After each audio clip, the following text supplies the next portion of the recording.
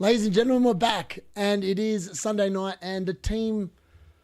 I'm honestly, I could potentially wildcard in this stream. I'm not even gonna lie. It's been harrowing. It's been another harrowing week for my defense, my Nottingham Forest assets, my Villa assets. I'm kind of over them. I'm really, really over them. Like, everyone saw me watching the Burnley Nottingham Forest during the live watch along with the missus yesterday, and that was tough. And then I've just watched Watkins, and Watkins can't stay on side. He doesn't look like he's going to score a goal, and I don't know where his next goal's coming from. And I also think the Villa just look unbelievably bad. They literally played against 10 men for upwards of about 55 minutes, and I actually thought that Sunderland were unlucky not to win the game themselves. I don't know what that says about Aston Villa. I don't know what it says about him at all, but yeah, it's just been a disaster. Disaster yet again, but here it is. We're ready to go. I'm ready for the Arsenal versus Manchester City game, and it is up and running. And yeah, there we go. So at the moment, well, that is not the correct score, by the way. I've just realized I was mucking around before I started the stream, and I did that during halftime, and I was hoping those were going to be the scores. It's not correct. So I'm going to quickly change that. That's hilarious. Yeah, that's me just being really, that was me just hoping for the best, really, more than anything else. There we go. It was not the case. It was 0-0 and it was 1-1. So, yeah, we'll fix that up now. That's hilarious. There you go. Even great minds do nonsense sometimes. But, yeah, there we go. Fix the scores now. And it is 0-0 in the other game. And the Arsenal game has just kicked off. And we're 2 minutes in. I completely missed the start of that because I was running slightly behind there, getting everything set up. But, yeah, here we are. And we're watching that game live. I'm just going to check that it's not coming through. I don't think it is. We look pretty good here. All right, hold on. There we go. All right. I've got my commentary on. I can hear it. We're loving live. Get that over here. I've got it on the wrong screen. Open that back up. Yes, I will flick to my team at halftime in this as well. And I'll show you what potentially I might do if I do press the wildcard button. Ollie Watkins is a big problem. Milinkovic is a big problem. But I also sit there and go, will Sunderland score against Forest next week away? I'm not sure. I mean, like, the fixtures they're the killer. If they didn't look so good on paper and my head wasn't so stupid, I probably would have done it a long time ago. But here we are, alas. But the good news is, Reijnders starts, Haaland is up front, and hopefully the Norwegian cyborg can do some good work in this game because, look, if he scores a goal, it's going to be a very good green arrow. If he gets an assist, it's going to... I'm already on a green arrow, by the way. I know it says at 9.1, but that's because... it hasn't updated my score with Senesi's points, Watkins, and even Nilsson's points from today. So, yeah, that's how it's looking at the moment anyway. But the good news is at least I've got more points from my defence this week than I did last week. Just annoying that I've got a few more points on the bench. I mean, who would have thought that benching Milinkovic and Collins for Dorgu and old mate Juve would have been the correct play? Who knows? Who knows? Hello, Avi. Hello, Rain Dazal. Hello. Hey, I'm just checking the sore head this morning. No, Bateman, I did not have a sore head this morning. I woke up perfectly fine. I actually woke up at 1 o'clock in the afternoon. I went to bed at like 6 a.m. after the pubcast lock-in. And the missus says, I think you might be snoring. And I was like, yeah, probably.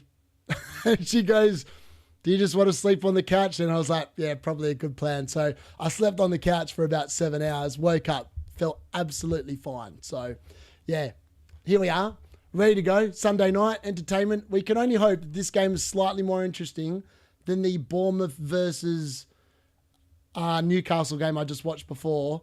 I mean, the Sunderland game was actually really interesting. I was rooting for Sunderland just because of the fact that I thought that they were... I felt like the red card was a little harsh.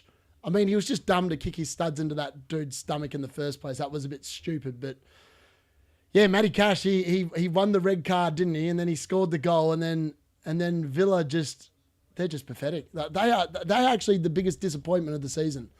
I know Wolves are 20th, but I feel like Villa deserve to be 20th. Villa are just crap. Let's be honest.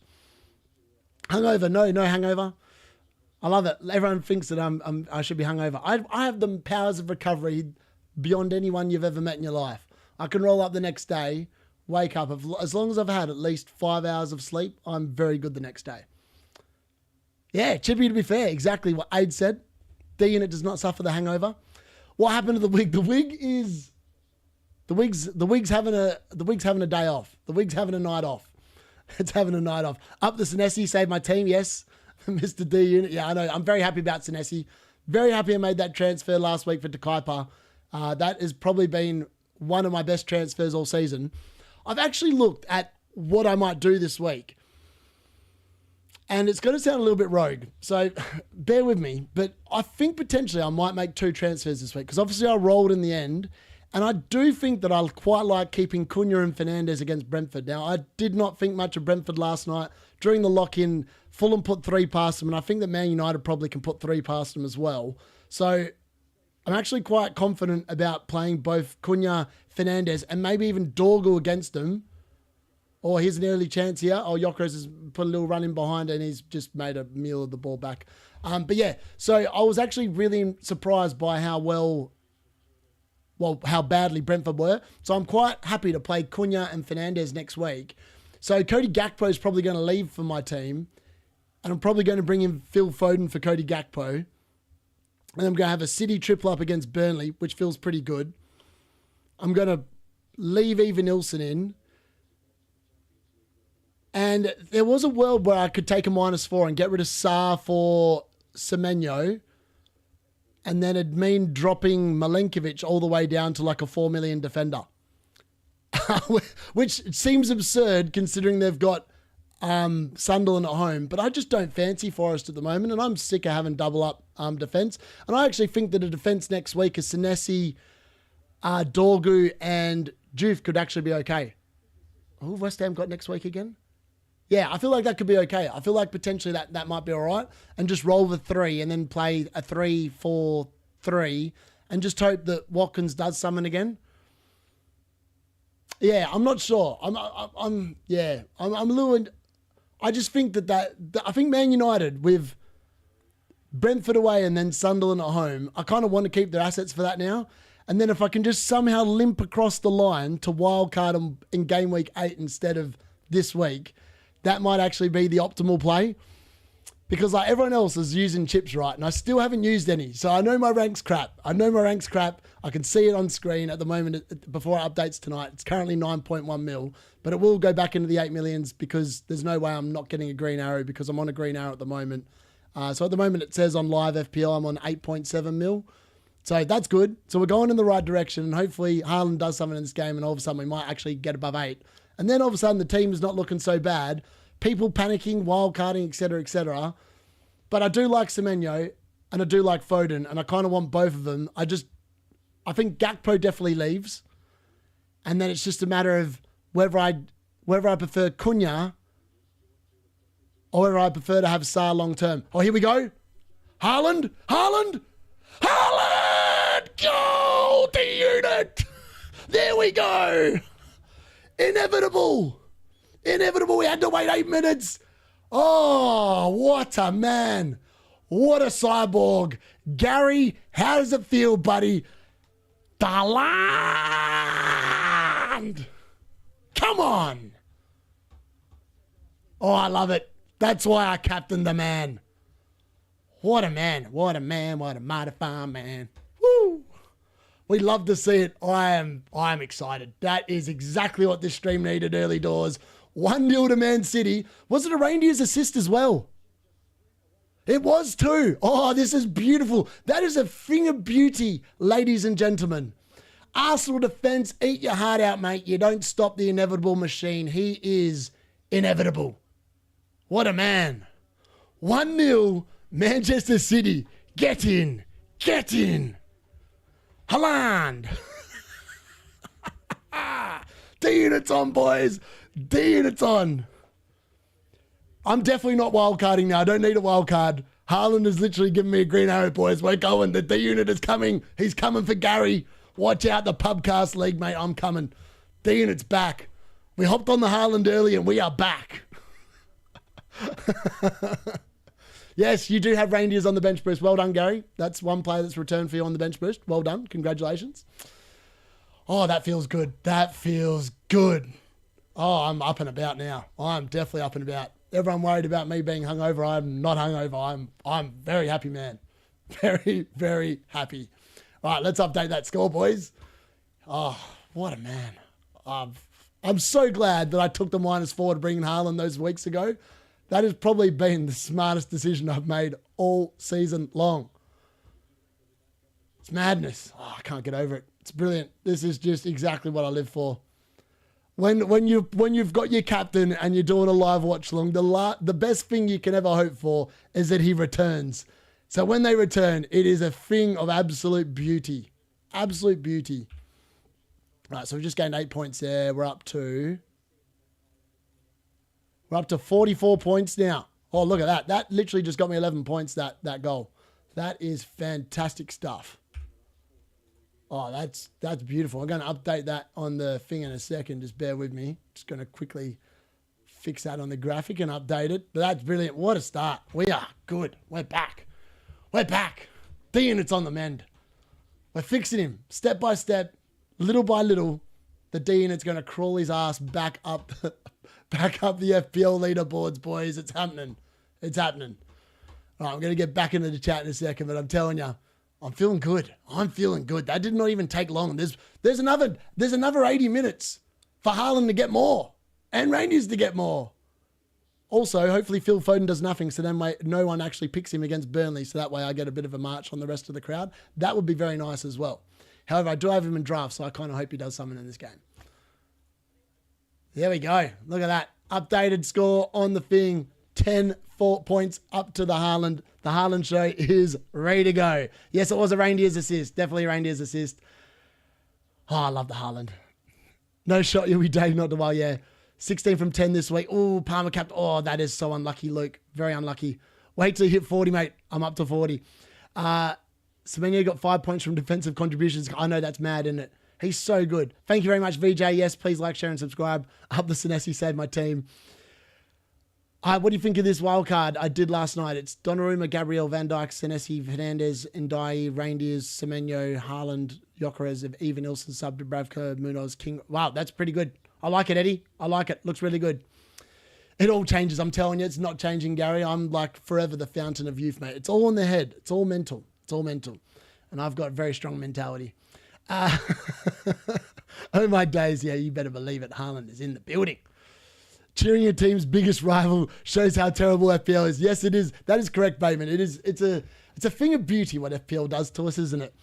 A thing of beauty. Need another 3 of them. Yep. Let's go. I have it. I benched Reijnders. Oh, that's unlucky. I was going to bench Reijnders. Now remember, I was going to bench Reijnders for Juve. So the cards actually called that one right. It said Reijnders would outscore Juve, and it actually has. So for once, the card it's on. And it also said Haaland captain. So thank the Lord it said that. So I'm happy enough with the card this week. It's had a decent performance for my own team. I should have asked about Dorgu. Maybe it would have got me to play Dorgu. Who knows? I also benched Reijnders and didn't captain Haaland, but I'll take a Haaland goal. Love it. To Cyborg. Foden, Reijnders, Haaland, bandwagon going home next week. Stephen, 100%. I think that combination or trio of players, surely, I just feel like next week that's 30 points from those 3 players because everyone's going to have someone captain. Someone's down injured for City, by the way. I'm not sure who it is. But someone's had a foot trot on. And it's Phil Foden had a trot. No, it's not Phil Foden. I lie. It's Kushinov. What's Kushinov doing up there? Oh, that's a painful one. Yeah, right on the back of his foot. That's a painful one. I've had them done to me plenty of times, and they are very, very sore ones when they happen. Oh, it was a Reijnders assist. Reijnders assist, by the way. So, Leander, yep. Oh, Reijnders. Everyone says Reijnders. I just liked it. That was such a good pass as well. Like, Haaland didn't even have to break stride. He literally took... they're showing the goal back again now. It was the perfect pass. It was like literally just in front of Haaland. One touch, bang. It was the easiest, most simplest goals. I was like, that's a striker's dream. That's what I used to thrive off when I was playing up front. It was brilliant stuff. Don't jinx it, mate. Don't want to Reijnders red. It's not going to happen. Not going to happen. Really trying to put off wildcard. Worst game week. Even not one contribution until just now. I may just play Dubravka, except nothing game week 6. Get rid of Watkins for Even Nilsson, then Verts to Foden. You know what? I've actually sat there, and the entire season, I think Dubravka's outscored Sells every single week. And I've played Sells over Dubravka every single week. I don't understand what has happened in Nottingham Forest. Like, I mean, I feel like yesterday it was quite unlucky because FPL's all luck. I'm telling you, most of it's luck. And I mean, for most of that game yesterday, Nottingham Forest didn't really have much to defend, and then they concede. I mean, it's just, I mean, even though if you go back to the first game week of the season, and what do you call it? That penalty, like that Thiago got when Brentford scored, like that was, I don't even know if that was a penalty, but it was a penalty, and they concede. And then the week after it was, they've just been frustrating. They've been a very frustrating team. I'm just glad that I didn't triple up on them. Like, I'm glad I didn't go with Wood as well, because Wood's obviously had one good week and he's been rubbish every other week. So I'm kind of glad I didn't go all in on the Forest. And like at one point in pre-season, I did have Chris Wood in the team. I'm just thankful that I didn't have 3, because that would have really wound me up. I think if I'd had 3 of them, I definitely would have wildcarded. I still can't believe that Watkins and Villa have been so pathetic as well. That's really frustrating. Like, I didn't think that was going to be... Yeah, I just didn't think it was going to go that way, but it did.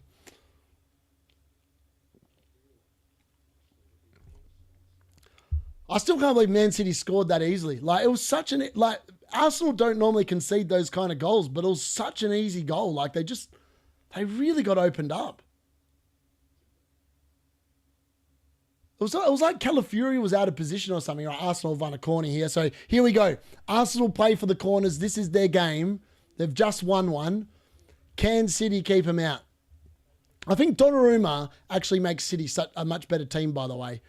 Like, I just feel like with Man City, you always want 3 attackers, I reckon. I know you've got Pep Roulette and all this nonsense to worry about, but I think that the squad's a bit smaller this season, and the fact there's a few injuries at the moment makes it a bit easier to probably guess that there's going to be quite a few players that are going to play consistently. And Pep's actually shown he's played literally the same team the last 3 games in a row. Like, it's been the exact same team. So he's obviously got some sort of liking to what he sees at the moment, which is good if you've got some of those assets.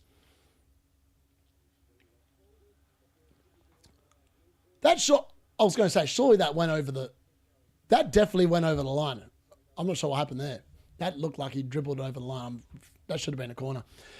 3 goals to Haaland might save my game week. Love it. Need another Haaland return here. I agree, Bateman. I'm definitely on for another Haaland return. I would love that. Got bloody Eze starting as well. Oh, yeah, I can't stand... Like, I did say there'll be random benchings this week, and Eze's one that I did not expect. I mean... They've started... Who have they started? They've started Martinelli. Hold on, I have to check the lineups because I didn't actually catch the lineups. I know that Madueke is not starting as well, eh? Or is he starting? Trossard's on the left. I know that. And on the right, it's... Oh, on the right, it is Madueke. My bad. I'll shut up. Don't know what I'm talking about. But I'm surprised that Trossard's starting over Eze in a game against Man City. I mean, surely Trossard is not as good as Eze. Yeah, I don't get that one. Don't get that one at all. Crazy to think that people who wildcarded the last few weeks didn't make space for Haaland. I know. I mean, I always sit there and go, if you're wildcarding, it's because you want to make a drastic change in your team. And I'm shocked that some people didn't go for him. Like last week, people that just, like, surely, and I'm not sitting there, I'm not trying to criticize other people that make stuff and whatever, but Let's Talk FPL was all about Salah on his wildcard. I mean, why would you wildcard for like that man when you've got Haaland, who's literally in probably the best form of ever? Oh, Reijnders of a shot and Reyes saved it. Oh, that could have been something.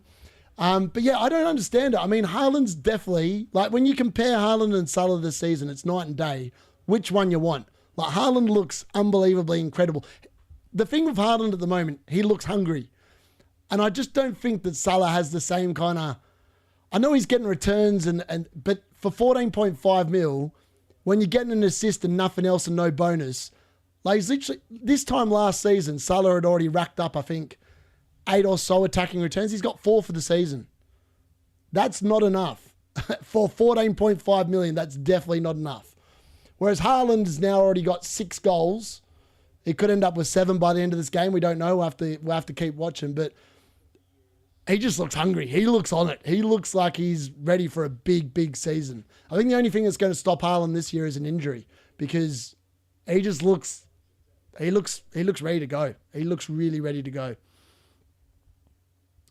I've done a rumour and I need a clean sheet more than oxygen and water. Yes, Bateman. Yes, I love it. Love it.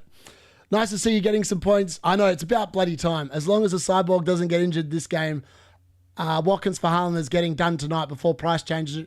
This is the problem, right? So I've obviously got that.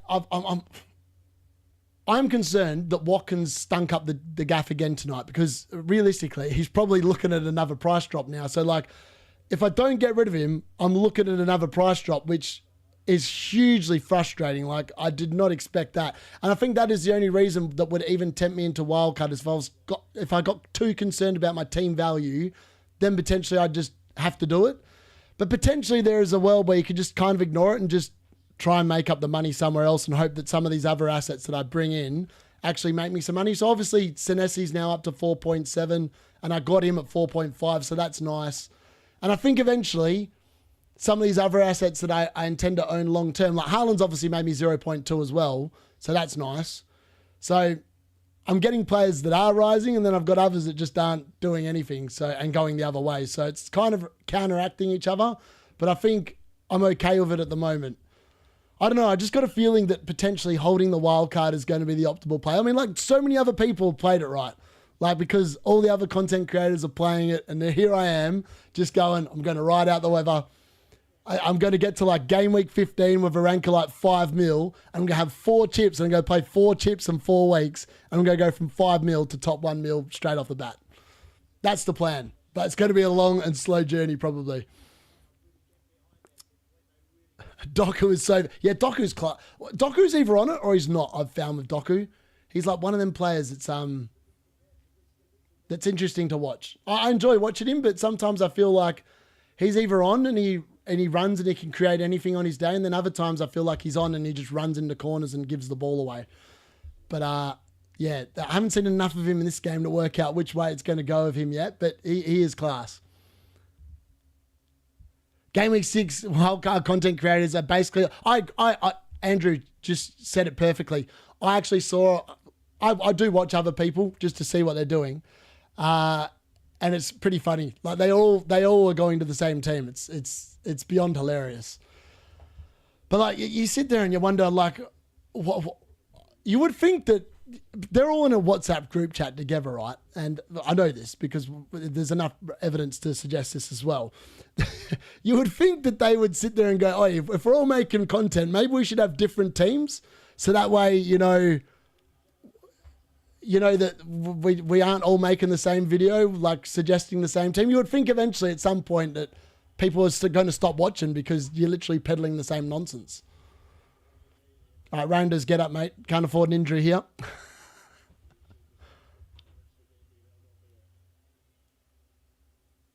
Right, Reijnders got clipped by Timber and he just sat down and stayed on the floor.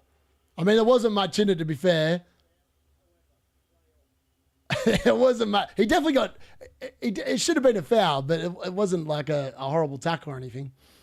So pleased for Nightmare. He is a captain on positive points. Yes, I'm very happy about it as well. Pays to be different in this game. 100% Bateman. 100%. It does... I just think it makes for better entertainment, to be honest with you. Why would you want to watch the same thing over and over on repeat? The cartel, you're how to play, boys, are too busy playing AI apps to have fun with the game. Exactly. I mean, none of them are doing FPL watch-alongs because none of them are actually watching the football. They're probably just watching the scores. They probably get a notification saying, oh, so-and-so scored, and then they have to put a post on X. Haaland scores. Like, I don't even know. Someone will be able to tell me if that's actually what they put in the chat. I can guarantee you one of them put that. Haaland goal or something like that. Like, because they don't own him. They don't want people to get too excited because they don't own him. Whereas I'm like, Haaland! And you can watch me do it live. Way better than sitting there looking at a beast of text come up on your screen.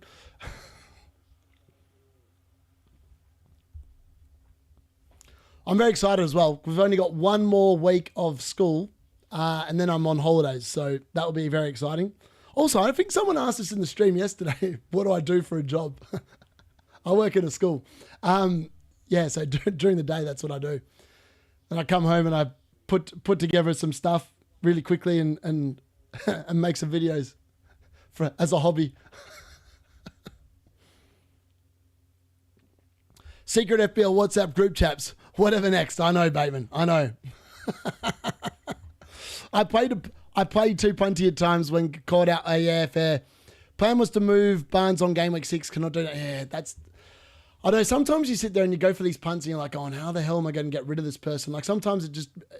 I've done that a couple of times last season. It ended up just me having to take a hit to fix the problem. Oh, Arsenal with a good corner there. Donnarumma with a good fist though. I just feel like every time I watch Arsenal, it's like set piece FC. Like their actual attacking football's not that good, but they're very good at winning corners and they're very good at winning free kicks and they're very good at free kicks and they're very good at corners. I just don't think it's a very good way of playing the game. But here we go. Another Arsenal corner. Madwakey with this one. Only 16 likes. Yeah, get the like going, guys. Smash the like on the stream. Yeah, Man City, actually, so far, have actually defended these set pieces really, really well. Like, super well. I'll tell you what, Silly Saturday really took it out of me, though, yesterday. Like, when I went to bed, like, this morning, I was like, that was a long day. Because I think I woke up at, like, 8 o'clock in the morning, and I ended up going to bed at, like, 6 a.m. So, I was almost awake for 24 hours. It was a long day. Long day. Semenyo price rise again tonight. I mean, probably. I mean, it wouldn't surprise me. Everyone's just buying him. It's like people are panic buying him now. Like, he's probably going to get to 8 mil. He's going to be probably the quickest rise in 1 million like price range ever, I think. Because he's probably going to end up on like having a price of 8 mil within the next couple of weeks. Unless he obviously gets injured or something stupid like that happens, which I can't see happening. He just looks like a bit of a fitness beast as well, to be fair. And look, I kind of wish that I'd gone with him at the start because there was a team that I had Semenyo in it. I think the Liverpool game put me off. Like it put me off Senesi as well. And thankfully, I corrected the Senesi mistake because originally I had Senesi over to Kuiper and that worked out wonderfully poorly the first 3 weeks. But thankfully, I got off the De Kuiper bandwagon last week, so that was all right. Tony Poulos said his Stokes team used to get criticised by Wenger for their tactics. But now Arsenal does the same set-piece tactics and people laud them. Mate, you should see it. It's hilarious. Arsenal win a set-piece and their set-piece coach gets off the bench, right? And the fans love him. They're obsessed with this nonsense. And that's why I think everyone thinks Gabriel's brilliant. But Gabriel still, even though Arsenal set-piece FC... he still only averages about 3 to 5 goals a season. So everyone says he's really good for attacking threat. I mean, yeah, when he gets those clumps of goals. I mean, I think all his goals last season were scored in the first 14 game weeks, and then he scored none for the rest of the season. So make up your mind about what you think about that. But I just think he's a little overrated, to be honest. And Arsenal don't get DC contributions, so. For that reason, I think if you wanted an Arsenal defender, it's probably Raya, and then I'd just avoid the rest. Or I'd go for like one of the fullbacks and hope that they get some sort of an attacking return. I still like Timber a lot, but he's now risen up to 5.8, and I'm like, he's almost 6 mil. At 5.5, I would have considered Timber, but at 5.8, I'm like, I'm fast going off him. Did the way? No, the wig did not. The wig did not. It didn't. Did you see the Semenyo injury? Yeah, I did. I was sitting there. I was like going, oh, I saw him get injured. It wasn't injured. It looked like he might have like just got a dead leg or something, like a corky or something like that. But yeah, he should be all right, I reckon. But I mean, he's got a blank at some point, and it's FPL's one of them games. It's like the new circus will be in town, and everyone will jump on them, and then we go again. I'll be interested to see if Phil Foden gets jumped on next week. Just because of the fact it's Burnley, and I think Man City's fixtures post the Arsenal game are pretty good. Other than obviously the Liverpool game, which I think is in a couple of weeks as well. But other than that, they haven't really got... Like, they look like they're in good form. Like, they're good attacking form. So I think Phil Foden's going to be a large part of that, so I'm quite happy to probably bring him in next week. Fingering in for Semenyo, he did this last season. He shoots on sight. Yeah, exactly. He does. I think there's a couple of things I'll say about Semenyo. So it's good because he's hungry and he's quite a selfish player in terms of when he gets the ball, he'd rather try and get the shot off himself. I think he's like the second highest shot taker in the league. He might even be the top one. I'm not sure. I could be making that up. I know he's definitely up there in like the top couple of players for taking shots this season, but a lot of them aren't very good shots. So there's something to be said about that. I was surprised he got the DC contributions today because I feel like I saw him win a couple of tackles in that, but I didn't feel like he got as many as what the app was saying. But hey, that's a bonus for anyone that has him. Obviously 5 points is better than 2. So you'll take that. It's like Caicedo. Semenyo, the new Caicedo maybe. Are you wildcarding in game week 6? Probably not at the moment. I think I'll be right. Like Haaland obviously scored here. My points will get updated with the bonus later in the tonight. Obviously, you're not going to see the bonus points until later. So at the moment, I only do the points my team's actually scored. So I'm on 44 actual points scored. I think Senesi could be on for 1 bonus point potentially. And then obviously, at the moment, you would expect Haaland probably to be leading the way there with probably 9 at the moment. Somebody's lost the boot for Arsenal in that scramble.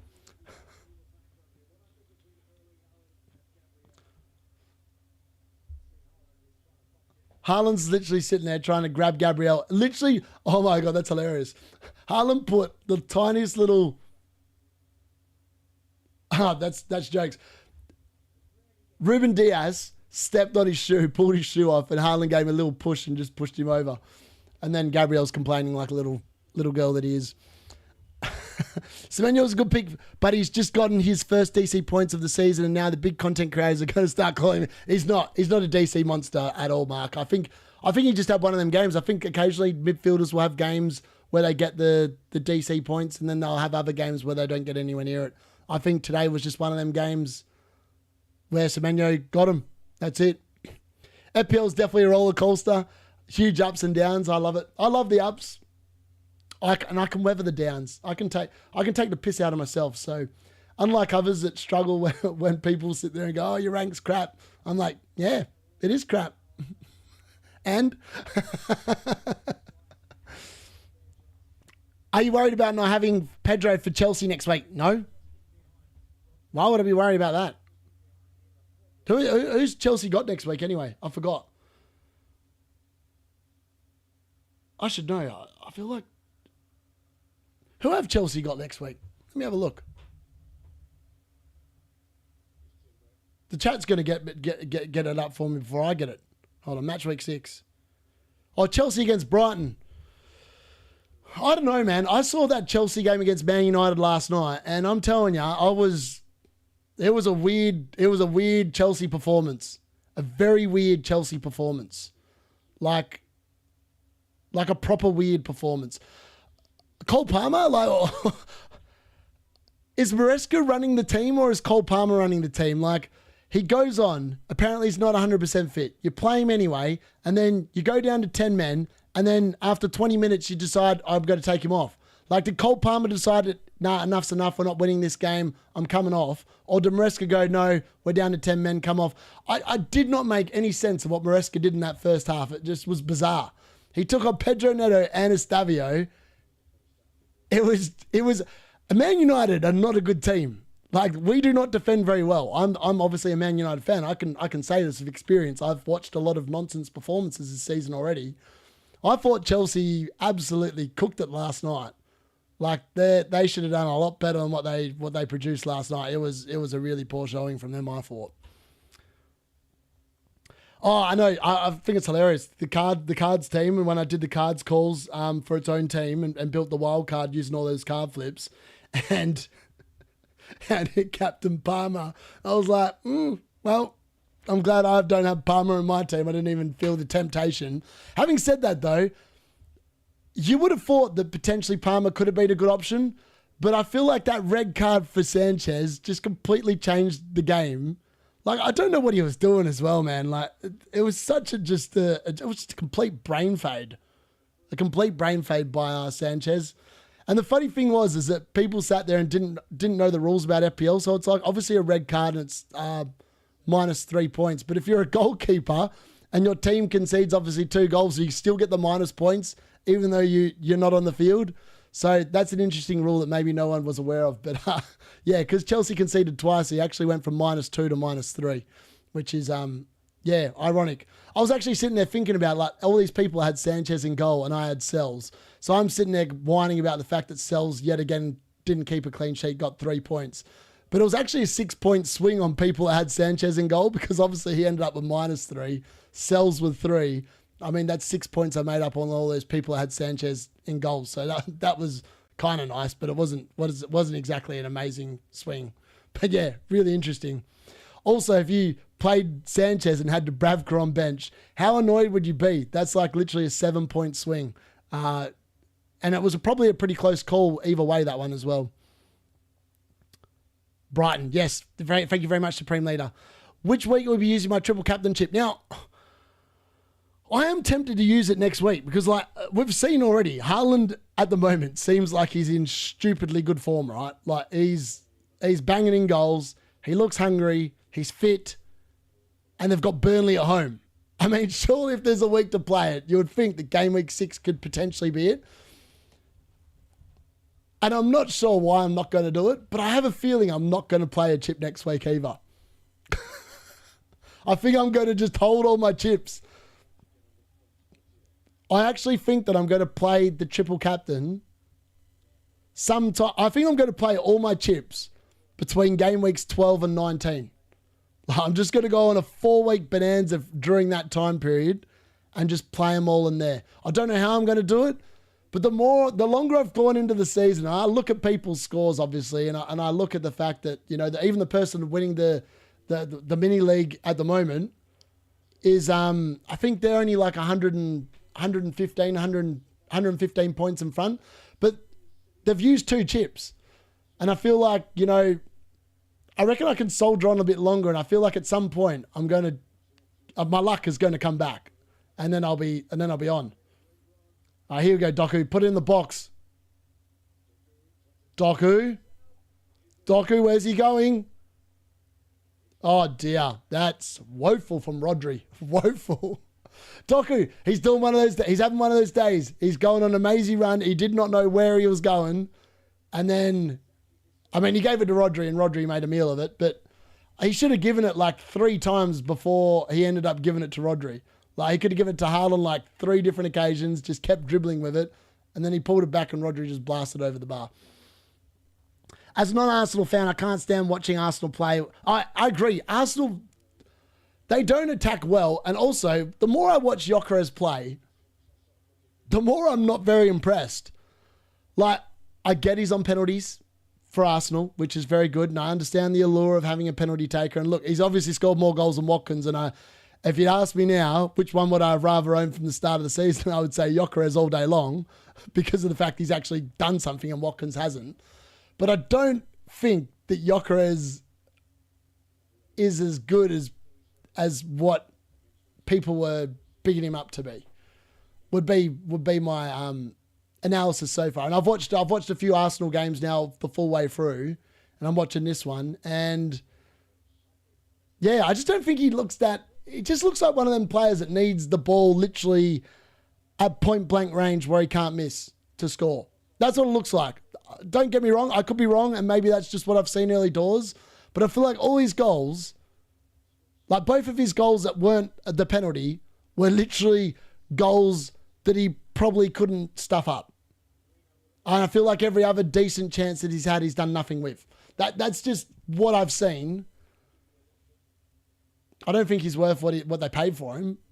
But then again, I don't think Šeško's worth that either, what Man United played for him. So, yeah, it's going to be what it is. He's going to score now that I've just said that and absolutely bollocksed him. I can just feel it. But yeah, I haven't been impressed. And Arsenal's team are they're set up for one thing, to win set pieces. Like, their free-flowing football, Oh, Yokero's almost got in there for the Madueke, and he's put that wide and over. This has to be the best game week in 5 years of FPL. Reach 7.5k. Yeah, baby. That's what we're talking about. Love that. Already on triple captain Haaland. Yep, love it. Crandall B. I got 9-1 on Haaland, and Yokero's having 2 shots on target. Oh, I forgot to put a bet on this game.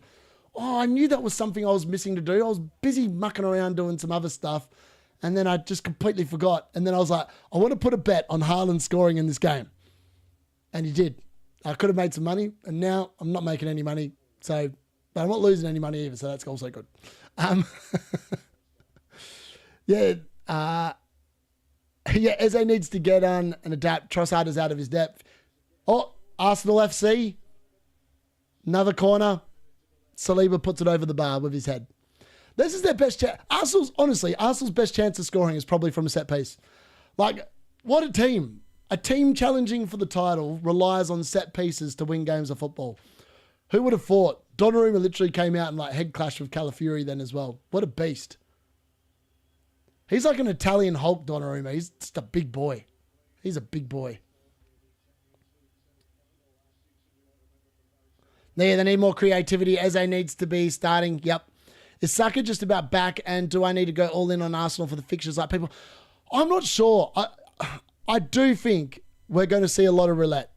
We've obviously seen tonight Eze starting on the bench. I think against weaker teams, we will probably see the likes of Trossard, Madueke start, and probably Saka and Eze start on the bench. Like, he will want to make sure Saka doesn't do his hamstring again, you would think. So you would think that he's going to have a lot more less minutes than what we're used to for Saka. The only thing I will say is that because Havertz is injured at the moment, the most realistic player that is good for minutes in the team is probably Gyökeres because of the fact that he's the only centre forward they've got without Havertz being available. Other than that, the rest are all replaceable. I mean, Rice you would think is going to play most games because I feel like they need to play Rice. But again, it's very hard to tell. Oh my God. This is actually just a really weird game of football to watch. Like, Arsenal literally are just attacking in this really, what almost feels like a painfully boring way of attacking. And Man City are like kind of giving them the ball and then hitting them on trying to hit them on the counter, which is where the goal kind of came from. And it was a brilliant work goal. Like, Manchester City definitely have the attacking players out there to obviously carve Arsenal apart. I've already seen it once. We'll probably see it again to be fair as well.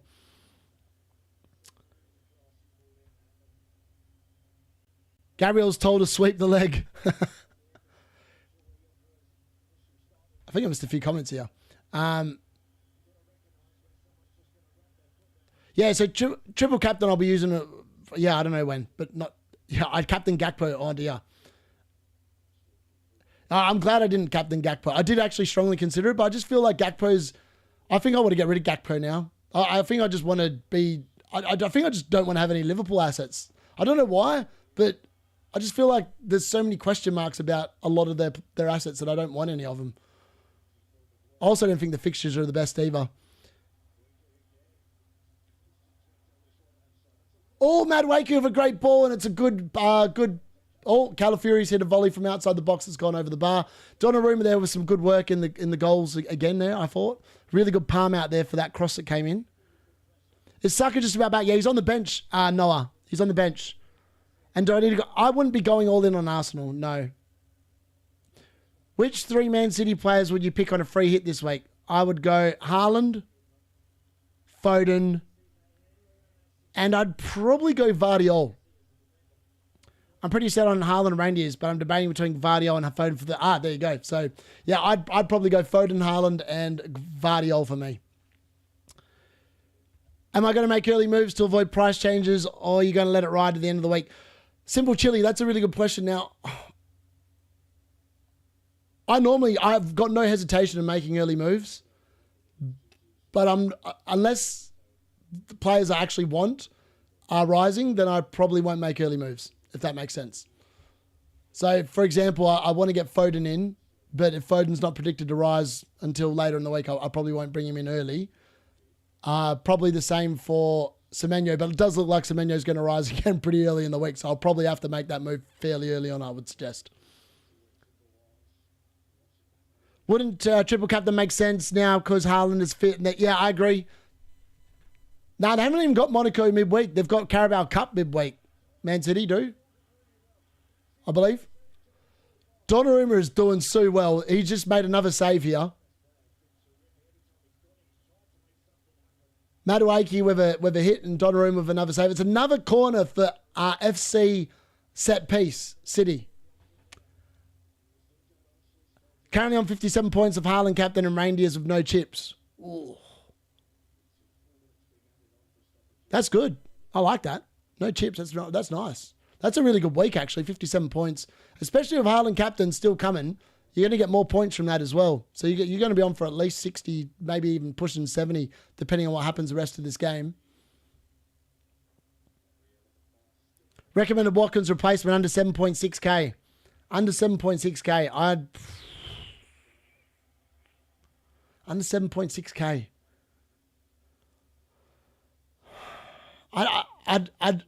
I'd say potentially look at the Pigeon.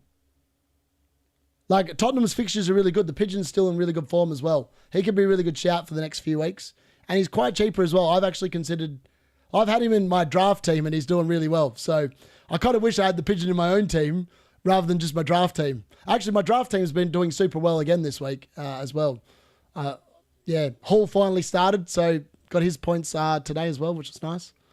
Evanilson, Lucas got a run of... Yeah, I agree. Evanilson's very nice as well. Obviously, I have him in my team. I missed a few comments in here.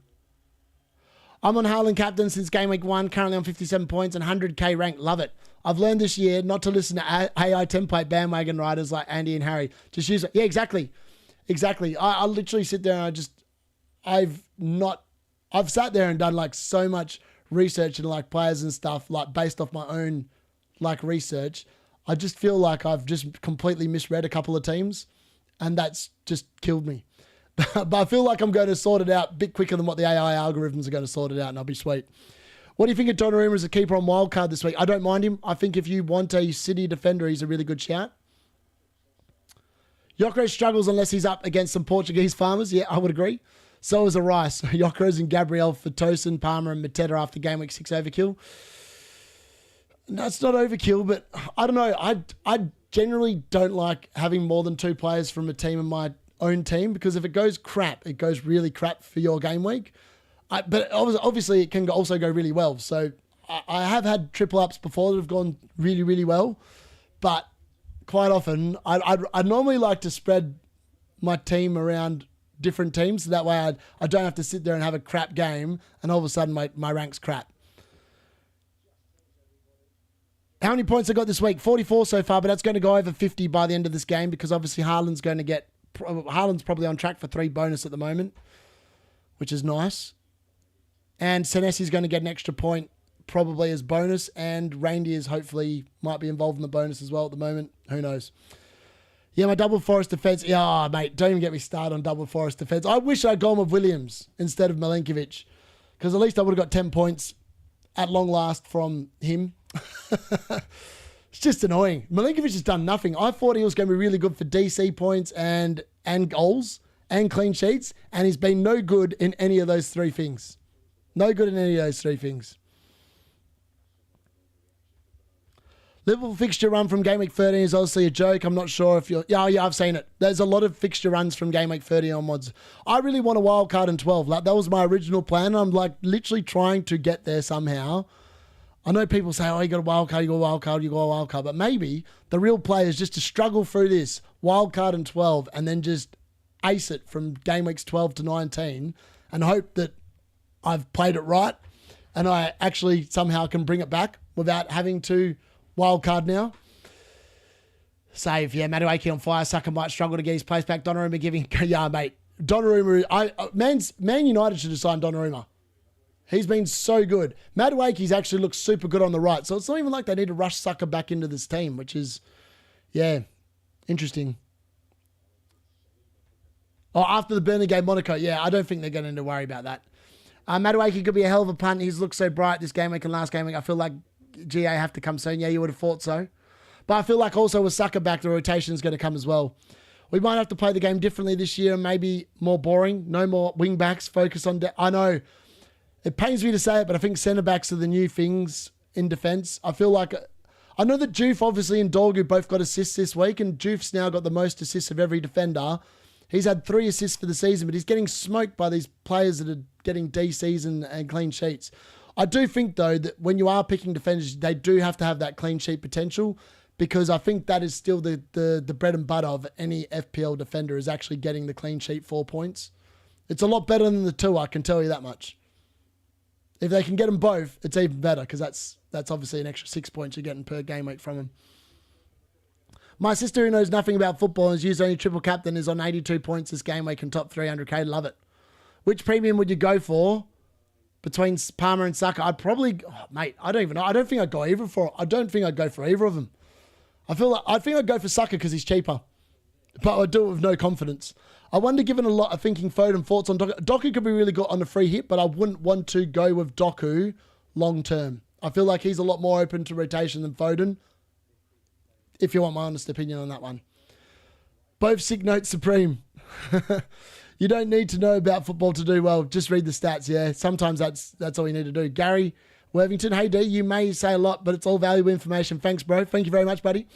I think Donnarumma wanted to go to a big club, and that's why he avoided United. I mean, I'd avoid him as well. If I was a keeper, I would not go to United. If you want to win something, why would you go there? I honestly think if we've signed a good keeper and a midfielder, we have a shot at... Yeah, I agree. I think if Man United actually signed a good midfielder, like just a good midfielder, like a midfielder that could become world class, and a good goalkeeper, we would definitely be in the conversation for top 5. I think we've given ourselves a mountain. Chelsea actually gave us a bonus 3 points because I did not have us winning that game at all. So I'm very thankful for it, and I'll take it, and we'll run to the hills and we'll bank those 3 points. 3 Haaland, 2 Reindeers at the moment on FPL page site. Love it. Dean, I think you have to change your opinion on Ndai. Ironically, looks like a lot of people sold him because he dropped in price, right? He dropped to 6.4. I could be wrong. I'm sure I read tonight that, this morning, that Ndai dropped in price to 6.4. Does anyone know if that's correct, or have I just lost the plot and I'm just making that up? Haaland Reindeer is a new Haaland Kevin De Bruyne. I hope so. I hope so. Abby, don't you mean top 13? Top 13. I love it. Top 10. Top 10, Bateman. That's what we're going for. Top 10. Finish in the top half. Slow steps. Slow baby steps. I think we come good, though, to be fair. At some point in the future, we'll come good. Also, what were the points that Salah ended up on? 5. And Semenyo got 5. So the card call in Semenyo versus Salah captain was exactly the same. It was a draw. That's interesting. That's interesting. I wonder what other calls it did this week. So Senesi over Livramento was correct. I think it got a couple wrong, but I feel like most of them so far it's actually got correct. And it got Haaland captain over someone, and I think that's definitely come in. Bateman, watch yourself.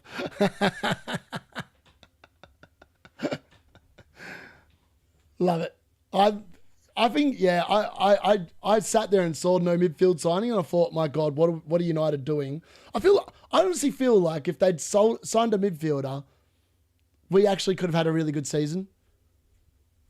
And I am intrigued to know if we get to January and we're like with a chance of getting European qualification, whether they just go out in January and just buy what is required to get the job done. Because I feel like potentially that is the thing that's missing from Manchester United. And it's just frustrating. I know that people sit there and go, Bruno's good for DC. He's horrible in the midfield. Like, he is so much better when he's playing as a number 10 in the Amarin system than the midfield. He's painful to watch. The only reason why it was good yesterday is because Chelsea literally gave up the game, threw away playing with 11 players because Sanchez is an idiot, and Bruno was onside by the width of that card. I reckon when I looked at the VAR lines, I don't know how that was onside. It was that close. It was like the width of this card. I reckon it was onside. Am I triple captaining next week? I've thought about it. but I don't think I'm going to. Gyökeres has looked terrible. If he's scoring against easy teams, not sure if he's worth. I agree. That's why I was surprised that so many people were bringing him in before the easy run of fixtures. I feel like Gyökeres is the definition of a flat track bully. Now, flat track bullies are really good against crap opposition. When they play against good teams, they're no good. Now, apparently Gyökeres's, his goals, I think about 90+% of his goals came against the bottom 15 or 16 teams in the Portugal's league. I don't know how big their Portuguese league is. But when it came to the top 4 teams or whatever, his record stunk up the gaff. Like, it was bad. Like, it was bad record. So, look, if you're expecting Gyökeres to be sitting there getting ridiculous returns every week, it's probably not going to happen. And look, Arsenal aren't going to be winning penalties every week either. So, yeah, I just think that he is the definition of a flat track bully. I also think that when Kai Havertz is fit, we won't see Gyökeres starting every single game week either. So that's also something to keep in mind. Ndai didn't drop. He was close for a while though. Yes. Okay. I knew he was close. I saw him show up. I was like, why are people selling him? I mean, he scored 2 goals. He's got 1 assist in 5 games. I mean, that's a pretty good return, to be fair. I still feel like Tyler Dibling's going to come in and take over that right midfield slot though for Everton. So again, I'm not sold on Ndai. There is a couple of players I'm not sold. I understand the allure of Anderson from Fulham as well. The dude just consistently racks up the DC points. But again, I'll go back to my fundamental issue with picking Anderson, and that is the fact that Fulham do not keep clean sheets. And he has no attack. I know that people say he's got attacking threat. The dude has not got an attacking return in about 50 games. So you can sit there and say he takes up attacking positions all you want, but if you don't actually produce the goods, you can sit there till the cows come home and look like you're going to do something and never do anything. All you have to do is look at Ollie Watkins and Aston Villa at the moment. They could be playing probably for another 5 games and we may not see an Ollie Watkins goal and we may not see an Aston Villa win. That's the kind of football they're playing at the moment. So yes, I think clean sheets are definitely king when it comes to defenders, 100%. Remember the name, Naughty Mukiele, DC monster in the making. Love to hear it. Even his, onside, since the rule was invented, anything that close should be, I agree. I would agree. I think a lot of goals are ruled out for, I'd like to see the rule changed to, as long as some part of your body is onside, it's onside. Who cares if a leg's in front? As long as you've got a leg in line, level with the last defender, I reckon that should be a goal. That means that we'll get more goals. It'll be more entertaining. That's good for football. That has to be good for football, right? I reckon. But at least some part of your body has to be in line or level. Then we don't have to worry about, oh my God, is there daylight or whatever? Just easy. Simple rule change. It'll make the game a lot more enjoyable, a lot more goals. No one can complain. It'll probably stuff up the semi-automated offside, but they don't seem to do that very good anyway. Arsenal won't score versus Newcastle next game week. Defender's too good. Newcastle's defense is really damn good. Like, I actually think that potentially, I don't even know which Newcastle defender to go for though. So Trippier obviously, apparently hurt his hamstring in the Champions League, but was on the bench tonight. So that was weird. So today they played with a back 5. It was Livramento and it was Hall on the left. And then it was Dan Burn, Fior, and I can't remember the other bloke's name. Some other bloke. They played a back 5. It was really bizarre. Like, almost like they were expecting Bournemouth to be, well, Bournemouth are a pretty good team, let's be honest. They've been pretty good for the first 4 game weeks. And, I thought they were pretty good again tonight. So, yeah, that's obviously something to keep and monitor. Also, what's going on here? Why can't I see anything on my video here? There we go. Just reload that. Let's have a look what's going on there. Yeah. But yeah, Newcastle just don't seem to concede. Like, their defense is elite this year. Like, Eddie Howe's obviously worked on it over the summer because they were pretty decent last year during the second half of the season, but they've gone to another level this year. Botman. Yes, Botman. Very good. And they've got good defenders, Newcastle. I mean, Fior was, I think I'm saying his name right. Fior. He probably should have been sent off in that second half, though, to be fair, because he kind of probably should have been sent off. That was the foul laid on that I thought probably was a second yellow card. There we go. We've got how many players did you have in this game? We've just closed that poll. 2 plus 44, 1 35%, none 13%. So lots of people have players still in this game. Player and captain. So not many people have Haaland captain in this game, unlike me. So that's interesting. 8% have the captain playing in this game. Interesting. All right, let's see what everyone's got of this one. All right. Have you got a green arrow this week? All right. Have you got a green arrow this week? Let's ask that. Very good. Yes, no.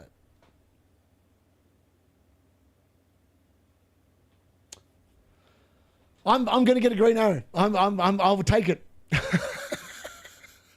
The only way is up, right? The only way is up. Oh, that was a figure beauty. Come on, a Haaland goal in this half would be brilliant. Another Haaland goal. All those people of bloody Arsenal defenders will lose an extra point. It'll be brilliant. That's all we want. That's all I want. Another Haaland goal in the second half, maybe another Reijnders assist, and I'll call it a night and be very happy for it. Eze and Haaland captain, I had 15 total before today from 9. Wow. Oh my God. Can you please put your team in the chat, please, Philippe? That's an exceptionally unlucky game week. You must have had like a team like mine, like last week. I just had 1s and 2s and 0s. I mean, Collins 0 point yesterday, man. But that was frustrating. Oh. Like, I got him for the DC points. And in fairness, he's got him 3 of the 5 weeks. It's just annoying that the one clean sheet he kept, I had him on the bench. It's that 9 points that he got that week. I didn't see any of it. And I've got 2 0s from him so far in 5 weeks and 2 3s. And I don't know if that's good enough for 5 mil either. But I sit down, I look at my other option that I was originally toying up at the start of the season. That was Lacroix instead of Collins. He didn't have a very good game yesterday either. He only got 2 points. He didn't get the DC points either. So, yeah. I mean, you can't rely on the DC points every single week for a defender, but when you're paying up more than 4.5 mil, you'd like to hope that you're getting them. Or getting at least the baseline minimum. I might give it in if Haaland gets another. Yep. I had a massive green arrow, plus 2.9 mil, and now only 2 mil thanks to Haaland Reijnders. 59 points, green arrow, 5 million ranked to 2.6. Love it. Also, how funny is this? So, you guys won't believe this. So, my missus is, obviously, she was on the live watch along yesterday. So, when we read out her rank before, right, she you know the first thing she said to me today when she woke up? She goes, you know, when we were on the stream yesterday and we looked up my rank and it was 5.5 mil? So, she was on 5.5 mil. She has gone from 5.5 to... Wait till I read out her team. It's ridiculous. She's also got Haaland captain. So she's on for a very big green arrow this week. A very big green arrow this week. Hold on, I just got to find her team. And so this is her team, right? And tell me this is the biggest nonsense you've ever heard in your life. So she's got Bart Simpson in goal, 1 point. Kukurea, 0 points. Then she had Dorgu with the assist, 5 points. Munoz, obviously, with a 2-pointer. She then had Kudos with 7 points. She had Saar playing because she didn't even bother doing her team. So Estev with 4 points is coming off the bench for Saar. Then she had Damsgaard who scored with 8 points. Then she had Bruno Fernandes with 10 points. She had Chris Wood with 2 points. She had Jared Bowen with 9 points. And she's got Erling Haaland captain with 10 points. She's gone from 5.5 million up to 3.2 million at the moment. And she's obviously not had the Haaland points added to that yet, or the Esteb points, because the auto sub hasn't come in yet either. So she's going to get, she might actually be inside the top 3 million teams. And here I am in the cellar basement dwellers. And, I mean, I sat there and I was like, she woke up this morning, she goes, I'm on 44 points. I was like, what? How? And then I saw her team and I was like, that's nonsense. I was like, you've got Damsgaard, 8 points, Kudos 7. I was like, Bruno 10. I mean, your midfield's killed it this week. And you've got Jarrod Bowen. And Jarrod Bowen, yet again, as I said, when he scores goals as a forward, he's going to get 3 bonus. He is like that person. And Jarrod Bowen's now got 9 points in 2 of the 5 game weeks. And I still can't believe he's dropped 3 times in price. The dude's not in Europe. He's not getting rotated. He's going to continue to score goals. He's continuing to get bonus. And I kind of wish now that instead of selling bloody Jarrod Bowen, and I would have rather suffered a 0.3 million price decrease and sold Ollie Watkins instead, because I would have been now officially 16 points better off. There we go. All right, yes, we're back into the second half. Someone's just reminded me what we're all here for. There we go. Get back into that. Where is my screen? There we go. Watch live. All right, yes, Saka is on. 45 minutes. Who did he come on for? I missed that start bit. Turn that up. I mean, it didn't take long. We'll see how good Saka looks in this second half. But we're on. Are we going to wildcard? Probably not, if I'm being honest. Leclerc did hit the crossbar, yep.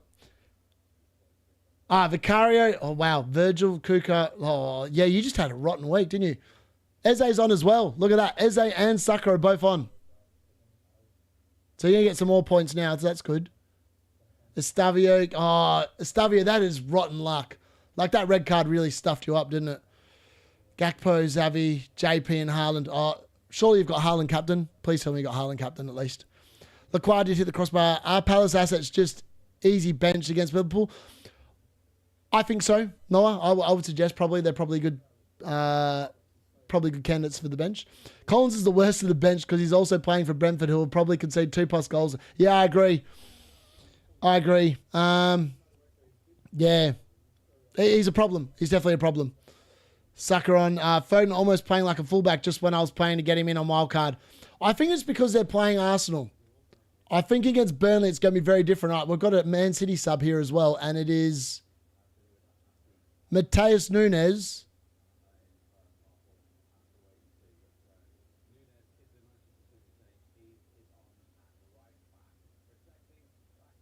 All right, Nunes is on for Kushinov, I think. I think that's who he came on for. I could be wrong. I got 18 points yesterday. I had 18 points yesterday as well, Ian. It was a horrible game week yesterday, but today it's gone a lot better. Before this game, 15 points. Palmer captain, dropped him from 1st to 10th. Oh, no. Alan, no good. Palmer Reijnders is in for me for the next game week. Yep, like it. Haaland captain, thank God. Oh, yeah, thank God. Nightmare's favourite player on for City. Yeah, I know. Where is Nightmare when you need him? That's the second time this season he's been subbed on, so his rule of law has been found out to be incorrect. I mean, he has been correct in 2 of the other 4 games, but that's now the second game he's actually been subbed on for.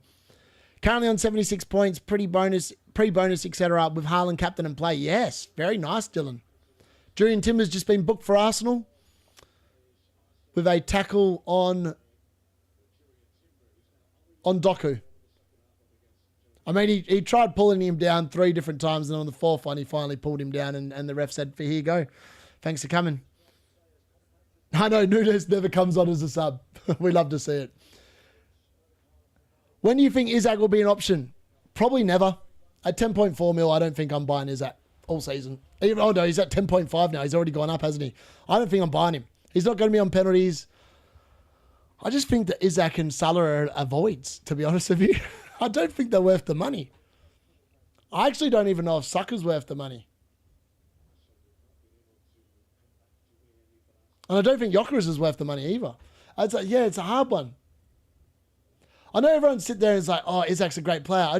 I've got big concerns for Isak. Newcastle did not play in Europe last season. They played a lot less games.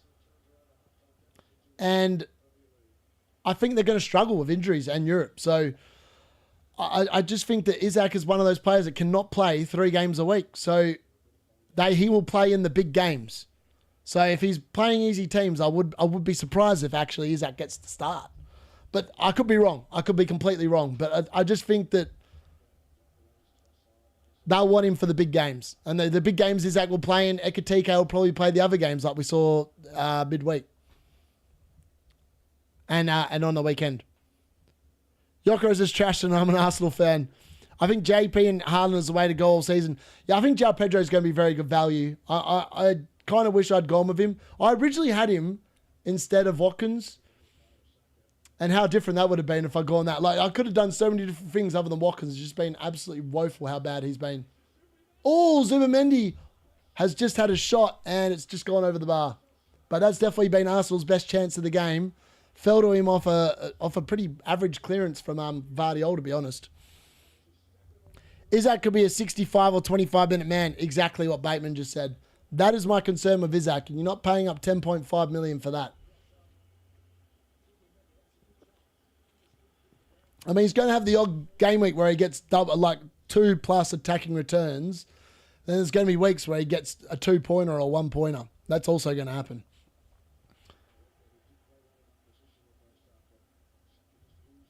Saka might be backer. Is that maybe worth bringing in during AFCON? Yes, he could be during AFCON, yes. Very good point, Mark. I don't mind that. Yes, I've forgotten about that. So obviously Salah, when he goes away, won't be on penalties. So then I think Isaac probably could be a good option then. It probably also means that Ekitike and that don't get forced out of the team as well. I'm not sure. Wirtz can potentially play on the right, can he? I don't know. Or do they just put Frimpong on the right wing? I mean, that's also an option. I actually think when Salah goes away, I'll bring Frimpong into my team because I feel like that's a window of time where Frimpong will be a really good asset. That's also one of the reasons why I don't want a wild card just now. Like, there's a lot of players I've already pre-planned that I want to bring in around game week 12, and Frimpong would be one of them because I know that Salah's leaving. So, like, if I can get away with just somehow fobbing it off till then, I could definitely get a march on people that are probably only going to have like one or two transfers to use. I know you obviously get the +5 and whatever game week it is, which is stupid, but also good. But that could be kind of good for when the fixtures change again, and then I'll be able to just bank them and just use them when I need. Oh, Eze forcing another save out of Donnarumma. Donnarumma he's just a different class of goalkeeper, isn't he? He's a different class of goalkeeper, Donnarumma. I mean, City must just feel so confident with him behind him. Like, the dude is a beast. I mean, it was hit right at him. He should be saving that anyway, but you kind of almost expect, if we concede shots, we've probably got the best shot stopper in the world behind us. Like, he's going to deal with it. Richarlison ain't bad either. Thomas seems to trust him, but bench him after. Yeah, I agree. So yeah, that's the only thing I'll say about the Pigeon. The Pigeon should be really good value moving forward, especially while Solanke's still getting fit. I actually think that the Pigeon is going to keep his spot in that team until he gets injured. And unfortunately, Richarlison does suffer injuries as well. So inevitably, at some point, that's probably going to happen. But until it does, he should be a really good shout. He's definitely someone you could look to go to. Like, maybe I could just bin Watkins off for the Pigeon, because Tottenham's run for the next 5 or so weeks is incredible. Like, what have they got this week? They've got an easy fixture this week, don't they? I feel. It's definitely a green fixture this week, I feel. They had West Ham last week, Brighton away this week, and it must be like Leeds or something this week. Leeds at home? I'm just waiting for it to show up on my screen when it flicks over on the slideshow bit.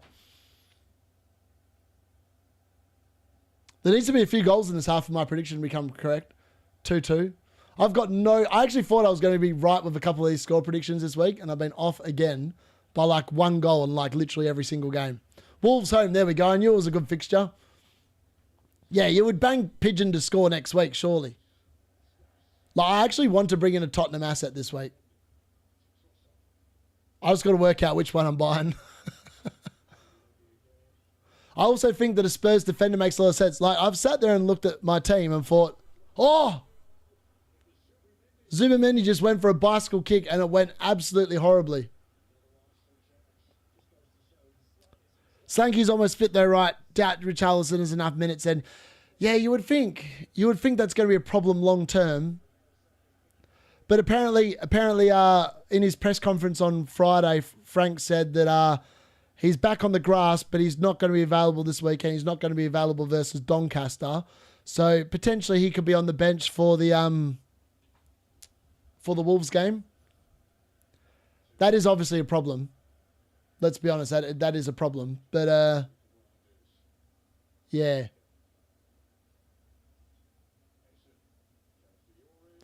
Arsenal actually looked pretty good to start this half, to be honest with you. The first 6 or 7 minutes has actually been a lot more attacking, a lot more enjoyable to watch. They're not playing for set piece FC at the moment.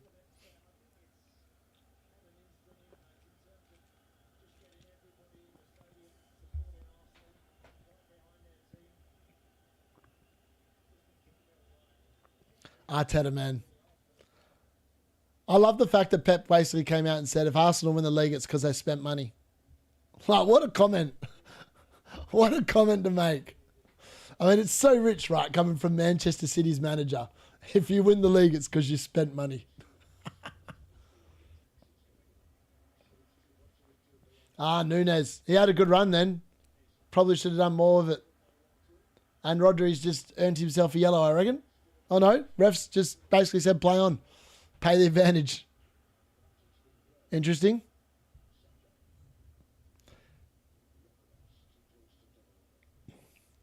Yorkers is like one of them. He's like such a weird build.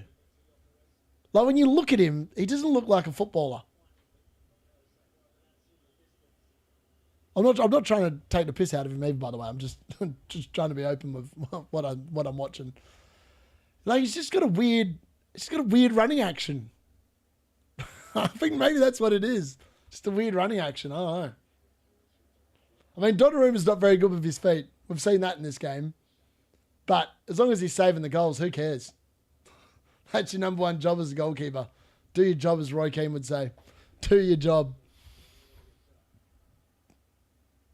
Wolves look doomed. I think Wolves are going to... They're definitely the worst team in the league at the moment. Like, they can't defend. And they're not very good going forward either. I was surprised that Leeds scored 3 goals against them. Like, that's actually been the biggest shock of the weekend. In fact, the best thing is that yesterday's watch-along had goals galore. Like, last week, I did that watch-along, and we had 5 goals in 5 games. Yesterday, we had 13 goals in 4 games. Like, it was so much more entertaining. So much more stuff to talk about. And not one single clean sheet. So this weekend, we've only had 2 clean sheets so far for Bournemouth and Newcastle. And at the moment, Manchester City are on for 1 as well. So last week, when we had a record 10 teams that I can recall all keeping clean sheets, this week, it's very, very slim pickings. It might only be 2. Like, I mean, Arsenal could score in this game at some point. Here we go. Another Arsenal corner, set piece FC, step up. Trossard winning it this time.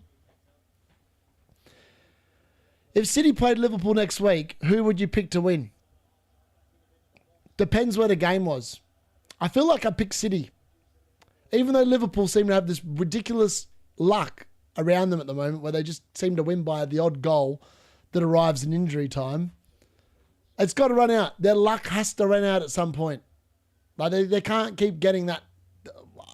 You can call it luck, you can call it not luck or whatever, but I just feel like that's got to end at some point. Oh, Doku, what a run. That was a really good run to get him out. Oh, he's played it to Haaland. Go, Haaland. Cross it. Cross it. Haaland. Shot. Oh, my God. Arsenal almost conceded an own goal. Haaland with a pretty weak shot then, to be fair. I didn't know what was going on there. I thought he should have crossed it. Phil Foden was making a great run at the back post. He really should have cut it across. Foden would have had a tap in. He would have had a tap in. Yeah. He should have given it to Phil Foden, who would have had the easiest of tap-ins. But I'm glad he didn't, because every man and his dog would be buying Phil Foden now if he'd just put that across to Phil Foden. Haaland hungry, though. We like to see it. I can live with that. Get Salah back, no chances. Salah wouldn't even had the chance. He wouldn't have even had the chance to miss, Stephen. Wolves sold their best players and left their manager hanging. They did. I I don't even know why they gave him a new contract. Like, maybe they just know that they've doomed him, and they're like, we're going to give you an extra payoff for putting up with this nonsense. Bernardo Silva. Doku. Oh, he got that across, and Calafiori's put it out for a corner. City pushing here. Oh, it's gone offside. Sorry. Chris Wood also looks an unlikely elite footballer, Emo, and he's excellent. He has been excellent. I feel like his time is fast approaching the end, though, Vindaloo, sadly. Oh, here we go. Man City won the ball back again. I'm an Everton fan, and it feels weird to leave at Anfield frustrated to lose. Reigning champions, spend a fortune, won every game so far. Felt like we could have got something. No one. Yeah, exactly. Doug's very good point. I think I actually watched that second half, and I thought when Everton scored, I thought, oh, there's a good chance you get a second here. It's okay. We don't want Foden to score this week. Exactly. We will be triple up City next week. I'm 100% probably bringing in Phil Foden this week. 100%. Like I kind of wish I didn't have Reindeers so I could get in a City defender, but I'm just going to go the City triple up and hope they put like 5 or 6 past Burnley. I think that's the plan. All right, we're almost hit 60 minutes, which means I'm going to get a couple more points onto the score here, which is very nice. Before, obviously, bonus points and that are added. Oh, it's a great block there from Vardiol. It's another corner for set piece FC, though. How many corners can they get away with conceding before Arsenal eventually get one right? It's like Timber always wins corners for Arsenal. It's mad. I mean, Saka's really good at winning them for him as well. And it looks like Saka's on this one, eh? It's on the right. Yeah, from the right. Yeah, it's a Saka penalty. Saka penalty. It's a Saka corner, not a Rice one. For me, it's between Foden and Mbumo, but I just don't know if I can take a double up on United attack. I know, I've got Cunha and Fernandes, and I did look at getting rid of Cunha, keeping Sarr. Originally, I was actually thinking of getting rid of Fernandes, but I feel like it'd be stupid to get rid of Fernandes, to be honest. Haaland has just cleared the crap out of this ball. And then Ray has literally done the exact same thing back. What are we watching here? It's bloody ping pong. This has been a very non-Man City performance. Like a very non-Man City performance. But it's working at the moment. Donnarumma's in the City 3 on wildcard. Yeah, I feel like you could easily make that decision to go with Donnarumma. I've got no United and I'm stressing about going Foden and Mbumo or Bruno this week. Pretty sure I'm going Foden. I think the Foden you would think would top score out of those 3 this week pretty comfortably, I would think. Oh, I agree. This game has definitely got another goal in it. It's going to be like a breakaway goal potentially, or it's going to be an Arsenal equaliser, and then we're on track for at least 2 more goals, I reckon. I mean, Arsenal have looked a hell of a lot better in the second half. They're really turning up the pressure here on Man City. Like, really turning it up on them. It's another corner for set piece FC. Like, how many corners that I had this game now? It's mad.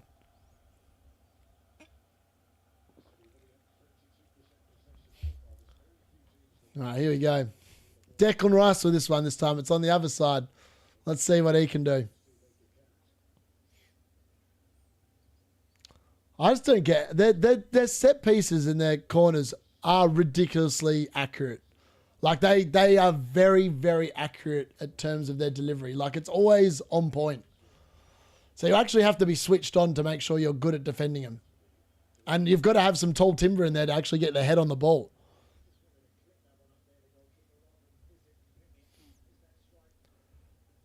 It's mad.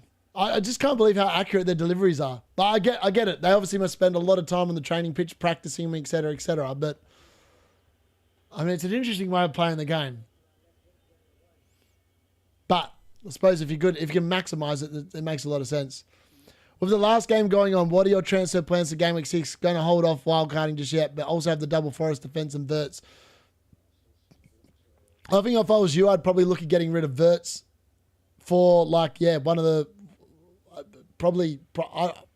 I'd say Foden because that is my own plan. Like I'm going to get rid of Gakpo for Foden. 100%. Like, that's just going to be one of my 2 free transfers I use. And then the other one, I'm very tempted to take a -4 this week as well. I really want to fix my defense because I hate it. There is a world where I could do a -4, right? I could do Milenkovic all the way down to a 4 million defender, and I'd probably look at a Leeds defender for that. So I'd probably look at Rodon. I think that's where I would go, Rodon for Leeds. And then that means I could then do Gakpo to Foden, and I could go Sarr to Semenyo, and I'd have the funds to do it. So I think that's potentially what I'm doing. And then that also leaves me, I think, with enough money to weather another Watkins price drop. And potentially I could then move in game week 7, Watkins to Gyökeres.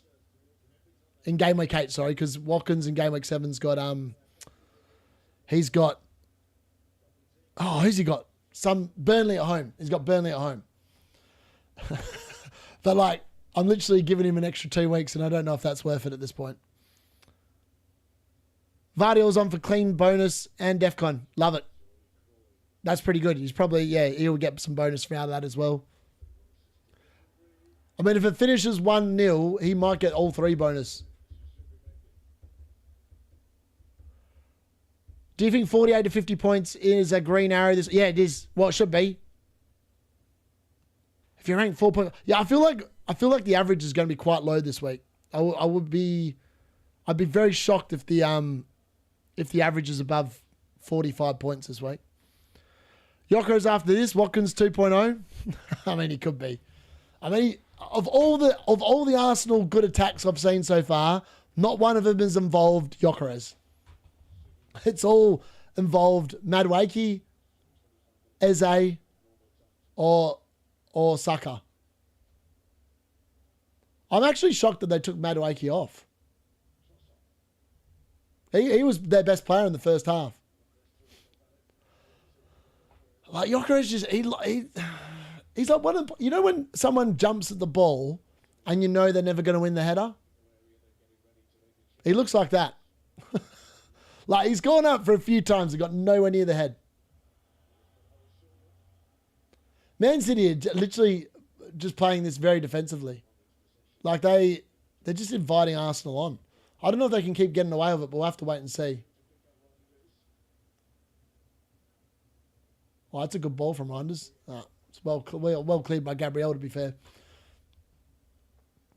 I've actually been very impressed with Reijnders. Like, maybe actually is the answer to Kevin De Bruyne. I suppose we'll have to wait and see the longer the season goes on. But he definitely doesn't look too bad early doors, that's for sure.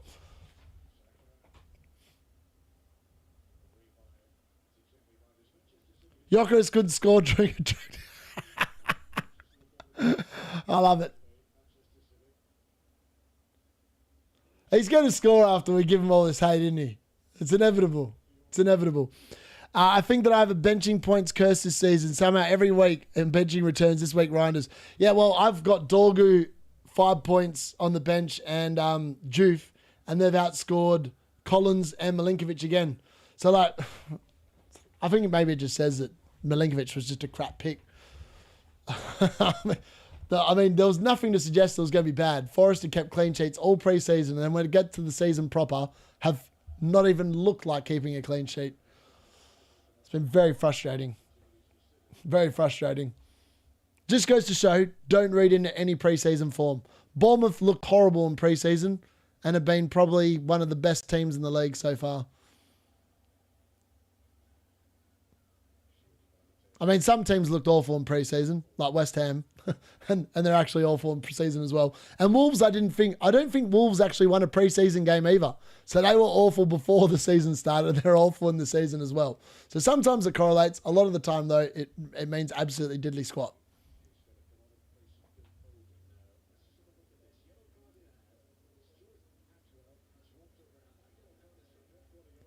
Pep's just been booked. And Phil Foden's going off on the 67th minute. for... That's good. No one's going to buy Foden now. This is fantastic stuff. So Foden's off and Ake's on. Wow. Man City are parking the bus, boys. They're parking the bus. I don't think I've ever seen Pep play this. This is the most pragmatic I've ever seen Pep Guardiola play. Taking off Phil Foden for Ake in the 67th minute of the game. That's unbelievable. That is. What is going on? I mean, by all means. Crazy. All right. I need to update my points. All right, Haaland's still going all right for bonus here.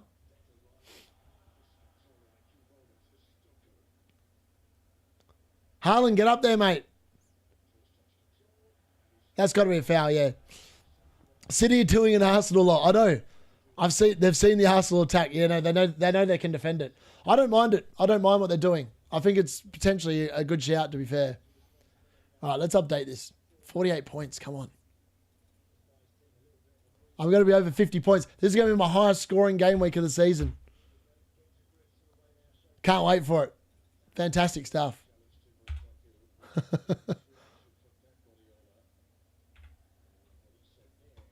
And then...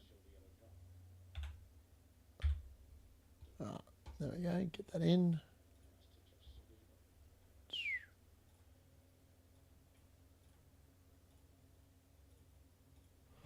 I like that back over here. 1-0.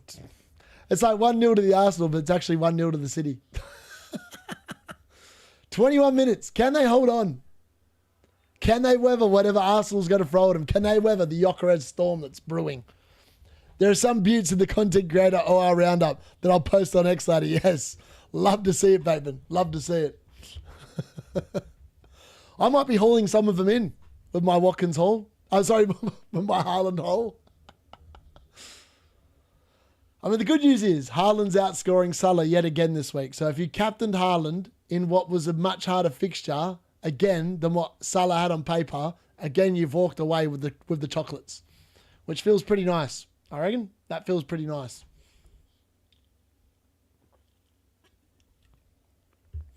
I love walking away with the chocolates. It's brilliant.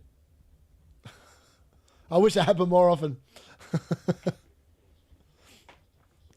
I feel like it was just the first 3 weeks. I should have just started with Haaland, and I feel like I would have been much better off. I was like, that's the one decision I probably regret from the start of the season, was just not starting with the man. Because I would have captained him game week 1. I probably would have captained him game week 2 as well, where he did nothing. And then I was stupid enough to bring in Cunha and captain him in game week 3. Maybe I don't do that if I'd already had Haaland. Maybe I just never go to Cunha. But I've corrected that the last couple of weeks, and we've been paid the rewards of it.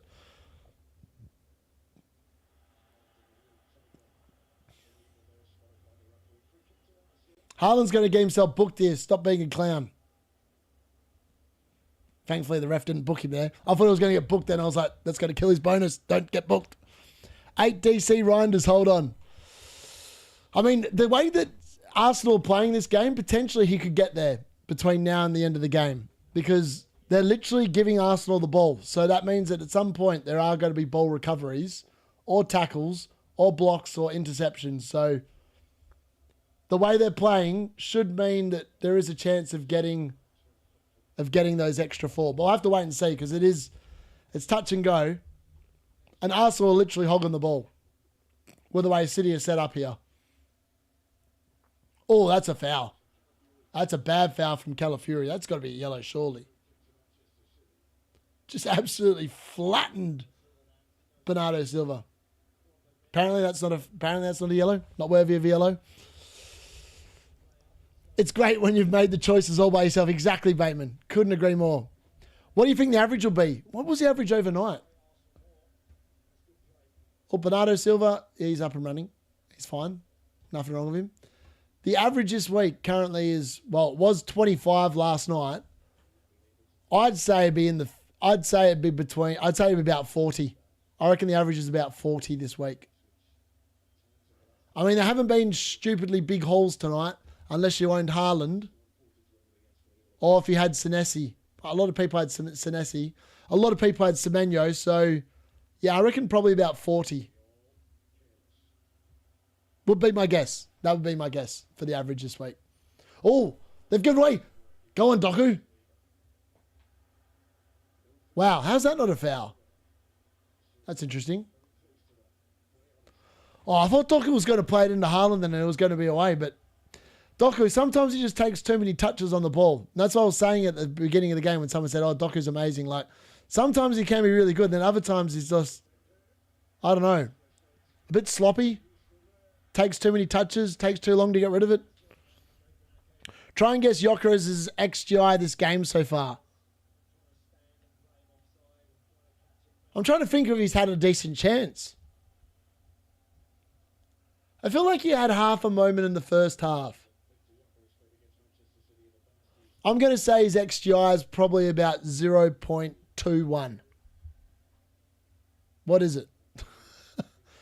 I'm going to go with 0.21.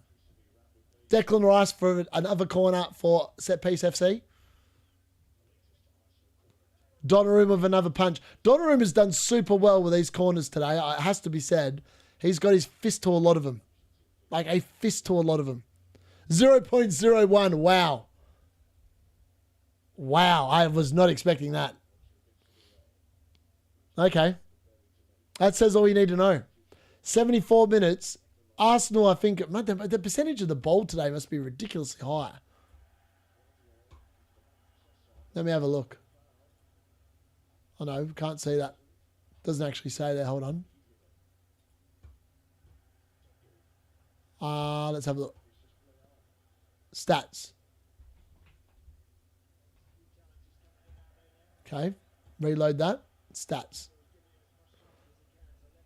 Wow, so the XGI in this game, so Arsenal have had 68.2% possession. Man City have only had the ball for 31.8% of the game. And the XG battle was 0.72 to Arsenal, 0.65 to City. I suppose it just means that if you've got a good forward, that's all that matters. They'll put the ball away at the end of the day. And that's exactly what's happened. Mad. Mad, mad, mad. Oh, that was a good ball in, and Calafiori's just headed it just over the top there. Oh, let's have a look. What is my rank now currently? With all these points added in. Let's have a look. I'm definitely on a green arrow. Thank the Lord. Average score so far is 40 points according to Live FPL. Thank you very much, Vindaloo. Oh, I'm smashing my safety score. Oh, wow. Haaland's off now. Wow. Pep Guardiola is completely shutting up shop. He's gone for the 1-0 win, boys. 75 minutes and he's subbed Haaland. And who's he brought on?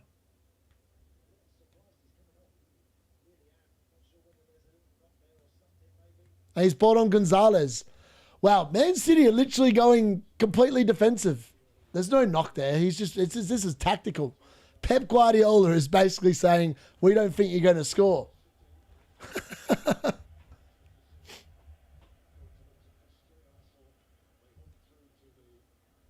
Well, Donnarumma's just been booked by the ref, I believe, for taking too long to get going. All right, so I'm on track for 55 points, which takes me inside the top 8 million, boys. 7.7 mil I'm up to. Fantastic stuff. We'll take that. Yeah, we'll take that all day long. Pretty happy with that. Very nice. Senesi apparently is going to get 1 bonus point, which is nice. So he's getting up with 9 points. Reijnders is only going to get 6. So he's actually getting he's getting no bonus. Also, I need to update that really quickly. I've just realized I never actually updated that. There we go. So yeah, he's not getting any bonus now. He's just getting the assist, the clean sheet, and the appearance points. Hopefully he can get a few more reindeers. Sorry, not a few more reindeers. A few more DCs, and he can get an extra 2 points that way. Is that good PR, bad for his bonus? No. His bonus stops where it is, so he can't obviously go up. He can't go down. So you just got to hope that no one else overtakes him. I don't think anyone's actually that close to overtaking him, to be fair. Let me have a look. I mean, if Arsenal score, he's definitely getting 3 bonus, which is going to be great for him.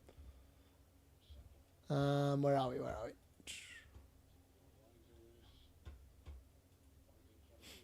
Let's have a look. Yeah, so Haaland's on 35 in the bonus point system and Guardiola's on 25. So he's got no chance of losing that. The only person that's really going to come into consideration here is if Reijnders can somehow get...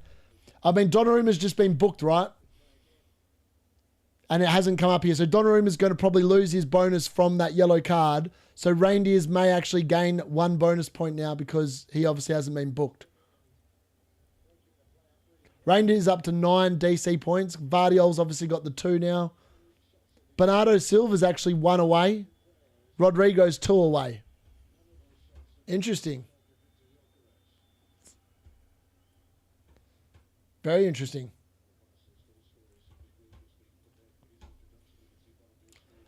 Well, yeah, I think Haaland's locked in. 18 points. I mean, I'll take it. Not as good as last week's 26, but 18 points is still pretty good.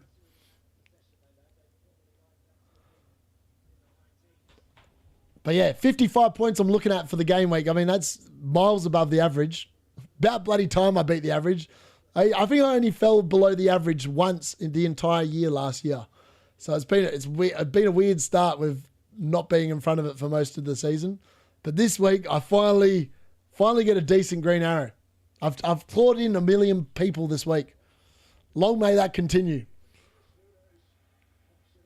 How close is Rice on DC contributions? Let me have a look. How close are they? Rice is on... Nowhere near. Rice is on 5. He's got no chance of getting it unless he goes absolutely ham in the next 11 minutes. But the reason why he's not been not that high is because Man City haven't had the ball. Arsenal have almost had 70% possession in this game. It's been a very interesting performance from Man City. Timber's just been subbed off on the 79th minute. And now Martinelli is on. So Arsenal literally throwing all the attackers on. Man City throwing all the defensive assets on. It's literally defense versus attack here. Oh, Donnarumma again doing half decently. Like there is no one up top for City. It's like Doku. That's it. That's all they've got. Like, they've got no other attackers on the field. Like, I suppose Reijnders, you can classify him as an attacker. But it's Rodri, Gonzalez, Reijnders. Bernardo Silva's still on the field as well, but, like, he's playing so deep, he might as well not be an attacker at this point. It is literally attack versus defense. Oh, my days. Calafiori has just sent that into Rosed in the car park. He thought he had his chance to shoot, and he's literally wound up and put it miles into the stratosphere. What a flop.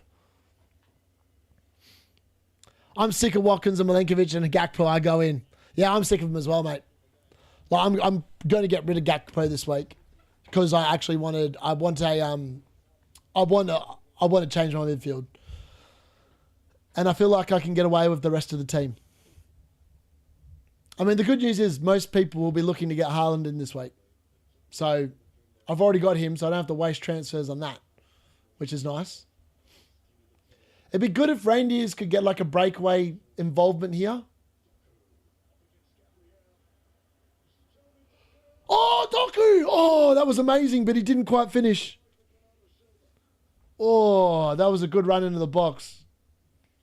It was a really good 1-2 from Reijnders and Doku, to be fair. Oh, my God. Oh.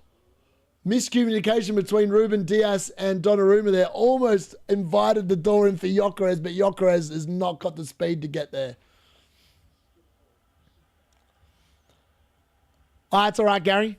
I'll take my 9 points from Haaland, and you can have your 5 from Salah all day long, baby. That's another 4 points gained on you. Actually, another 8, because technically Haaland captain 18, Salah captain 10. So that's an 8-point swing, Gary, to the D-Unit. I'm going for DC points on my wild card. Yeah, I don't mind it. Mate, Watkins has been poor. He was poor tonight. He wasn't in good positions. He stayed. He kept on getting offside and stuff like. Wow, what I've just watched that. So Gonzalez literally holds Saka down, and then Vardiol's almost gone him of a 2-footed tackle. That was. Okay, I don't know. I do not know what I just watched then, but that was really bizarre. Gary, you're better than that. Gary just can't accept that Salah is worse than Haaland. And that he's going to panic and he's going to be bringing in the Haaland train this week. He needs to hop on board. He's just waiting for a review to tell him that he can make the transfer from Salah to Haaland. That's what Gary's waiting for. I can guarantee it. He brings me down to his level. All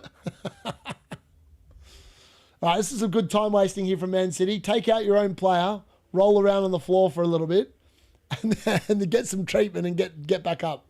Trossard's just come off for Wanyeri. Arsenal have tried everything in this game and they've barely created anything. There we go. Gary is bringing in the Haaland captain. I captained Watkins, mate, this game week. See, I originally said that I would normally have captained Watkins, but I've just been so unimpressed by Villa that I couldn't do it. So I just had to go with the person in my team that is the most in form, and that happens to be Haaland. So long may it continue. Long may the cyborg continue to deliver me the points.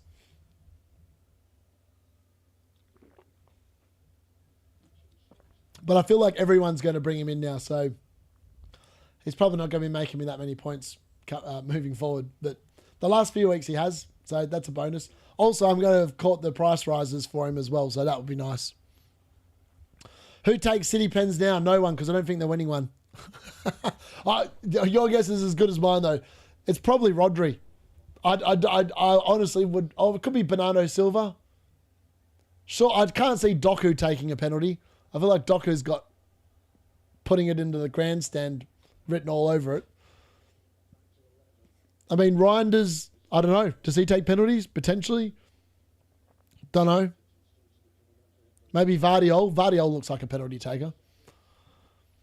What is better, bench boost or triple captain next week? Depends on your team. Like, bench boost is always about what kind of bench you've got and whether it's... and who it's playing. Oh, Doku's away again. Doku's done so well in this game. I was like, that was clearly a free kick on him. Don't know what Arsenal were complaining about. Arsenal literally are a team that sit there and have a really good bunch of players, but because Arteta's such a defensive coach, he hasn't taught them to attack.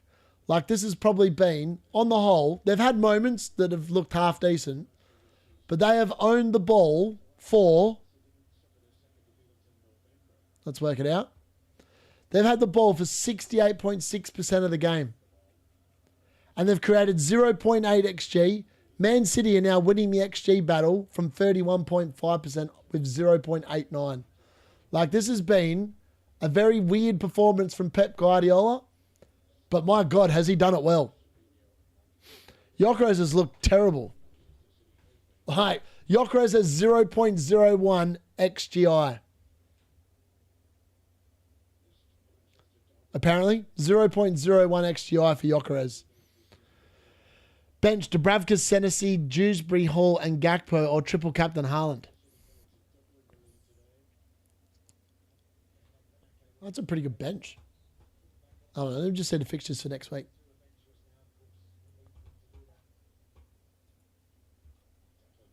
Game week 6. Senesi's got Leeds. Oh, that feels good. Burnley have got Man City. That doesn't feel so good. Gakpo has Crystal Palace. Tough fixture. And Dewsbury Hall has got West Ham, which is a nice fixture. I mean, you could easily play it. Bench boost is, you do require a little bit of luck with it. Let's be honest. But all the chips require some sort of luck. There's every chance that Haaland blanks next week. When everyone brings him in and he's the most triple captained player in like the year and he blanks. It's the possibility of that is actually quite high. Saka in, Gakpo out. I haven't seen enough from Saka in this game to make me want to buy him. I thought Madueke was better than Saka in the first half. And I'm very shocked that they actually took him off. Unless he was injured. I didn't actually hear why they took him off. I don't know if it was tactical or if it was because of an injury. But I thought Madueke was a lot better in the first half than Saka's been in the second half. I am surprised that it didn't start Eze. Eze's been a lot better than whoever was on there in the first half. I think it was Marino. I think he came on for Marino. Because Martinelli came on for Trossard.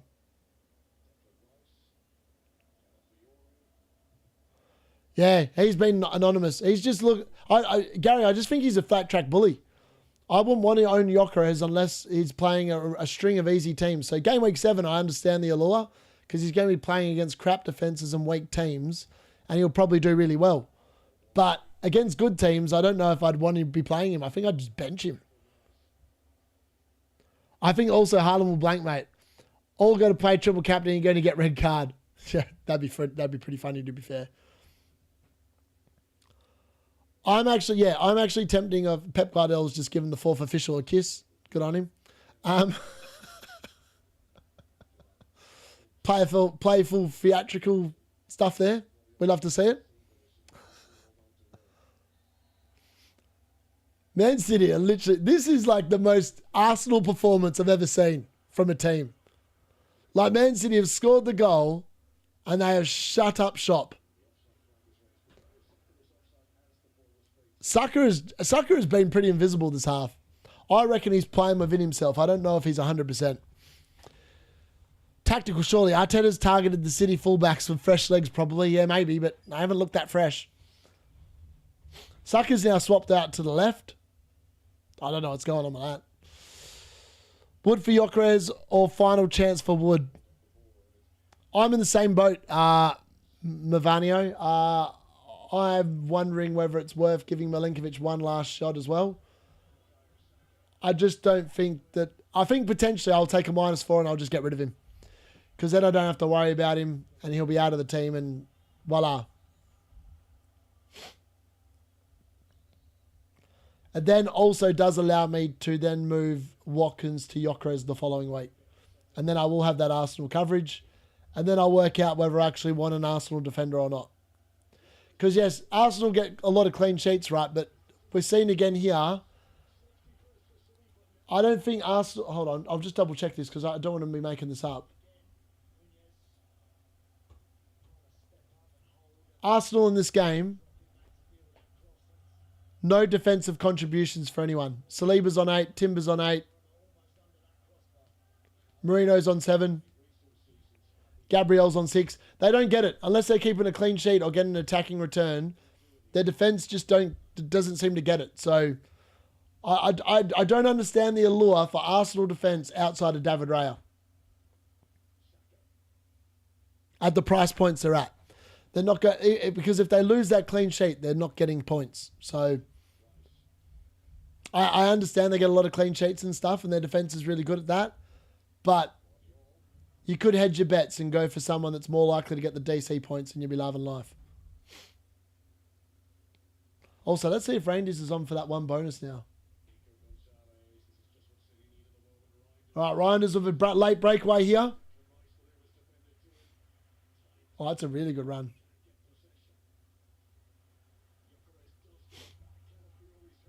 Oh, Calafiori's. I don't know what's going on here.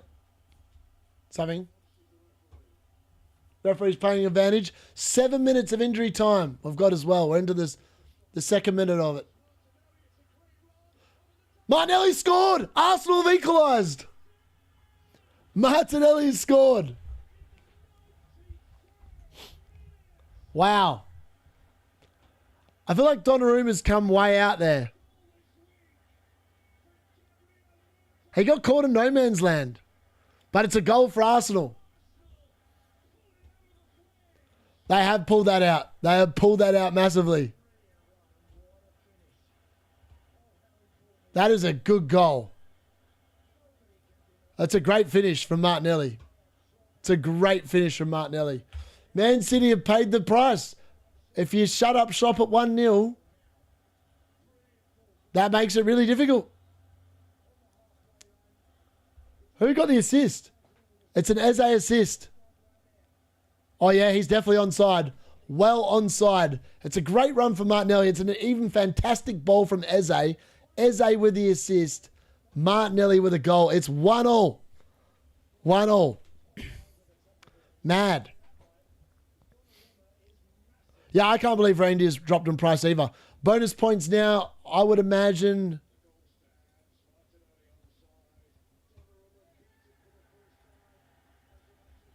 Martinelli could end up with a 3 bonus, you know.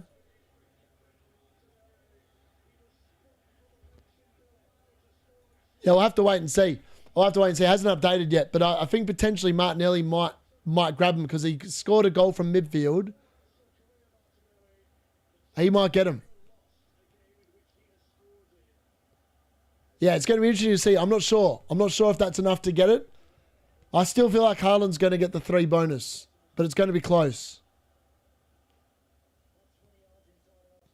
Vardiol's has just obviously been wiped out. So there's only been 2 clean sheets this entire weekend. 2 clean sheets.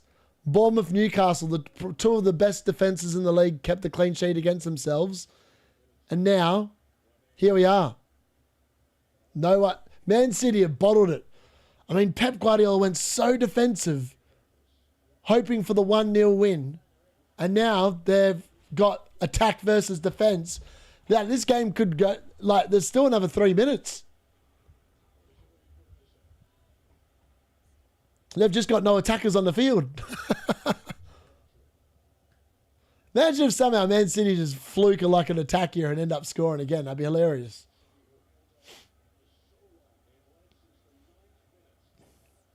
Like, they've been in front for so much of this game as well. Like, they've been in front since the 9th minute of the game. It's mad.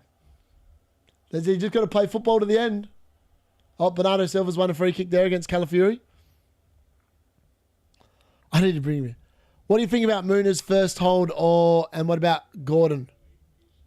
I'd be holding Muna's, and if you've got Gordon, I'd probably hold him. He's back fit after the next game. Donnarumma actually stuffed up. I think that the reason why they concede there is because Donnarumma came thinking he'd be able to get there, and he got literally caught in no man's land. If he'd stayed on his line, he would never have been beaten, because the only real chance was to get the dink ball in.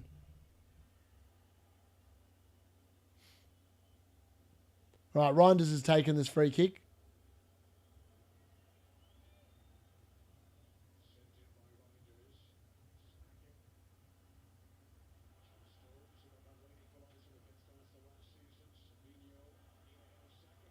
Oh my God, Arsenal have won it. They're away, they're breaking.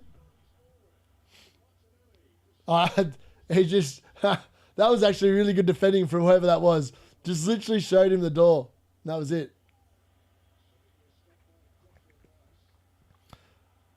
Erling's still on 3 bonus. Yeah, I thought he would be. 3 Haaland, 2 Reijnders, 1 Martinelli. Oh, that's actually worked out really well. Reijnders has gone up to 2 bonus points because they conceded. That's hilarious. I have to obviously take that. But my points at the moment have actually gone down because Reijnders is now on 5 because he lost the clean sheet. But he's actually going to end up on 7. I'll take that. That's a win. Take that extra point.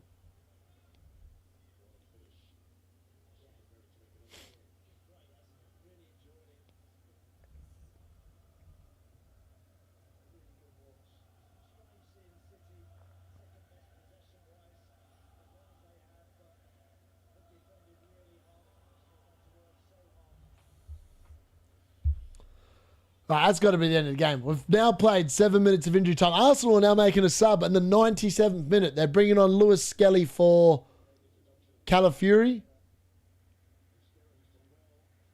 Like, why are they making a sub at the 97th minute? I don't know, maybe they're taking Zubimendi off. They're taking Zubimendi off for Lewis Skelly. Why? Why bother at this time of the game? Oh, was he? Oh, has he just got DC points as well? That's hilarious. What a man. He will be rising back in price this week. All the casuals will be buying him back in. That's actually hilarious.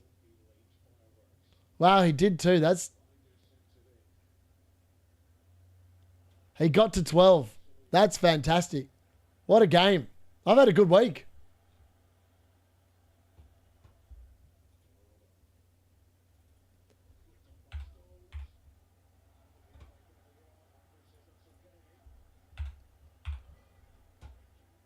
How is it still going? We're in the 98th minute now. 99th minute.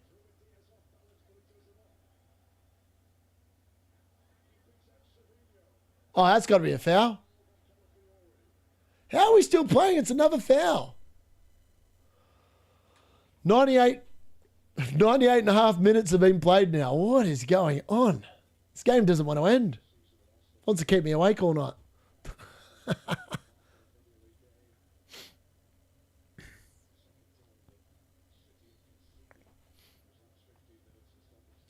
I still can't believe it. This has actually turned into a pretty decent game week for me. All things considered, I've how bad have my expectations lowered this season? It's hilarious.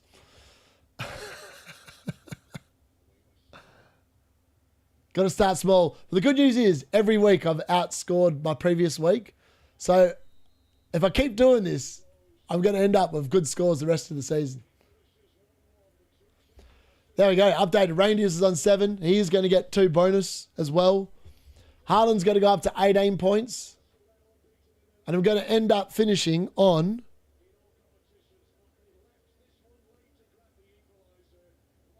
I'm going to end up on 58 points. Which is a huge green arrow by 18 points. I'm on an 18-point green arrow. And I'm going up to the lofty heights of... Hold on. Where's my rank here?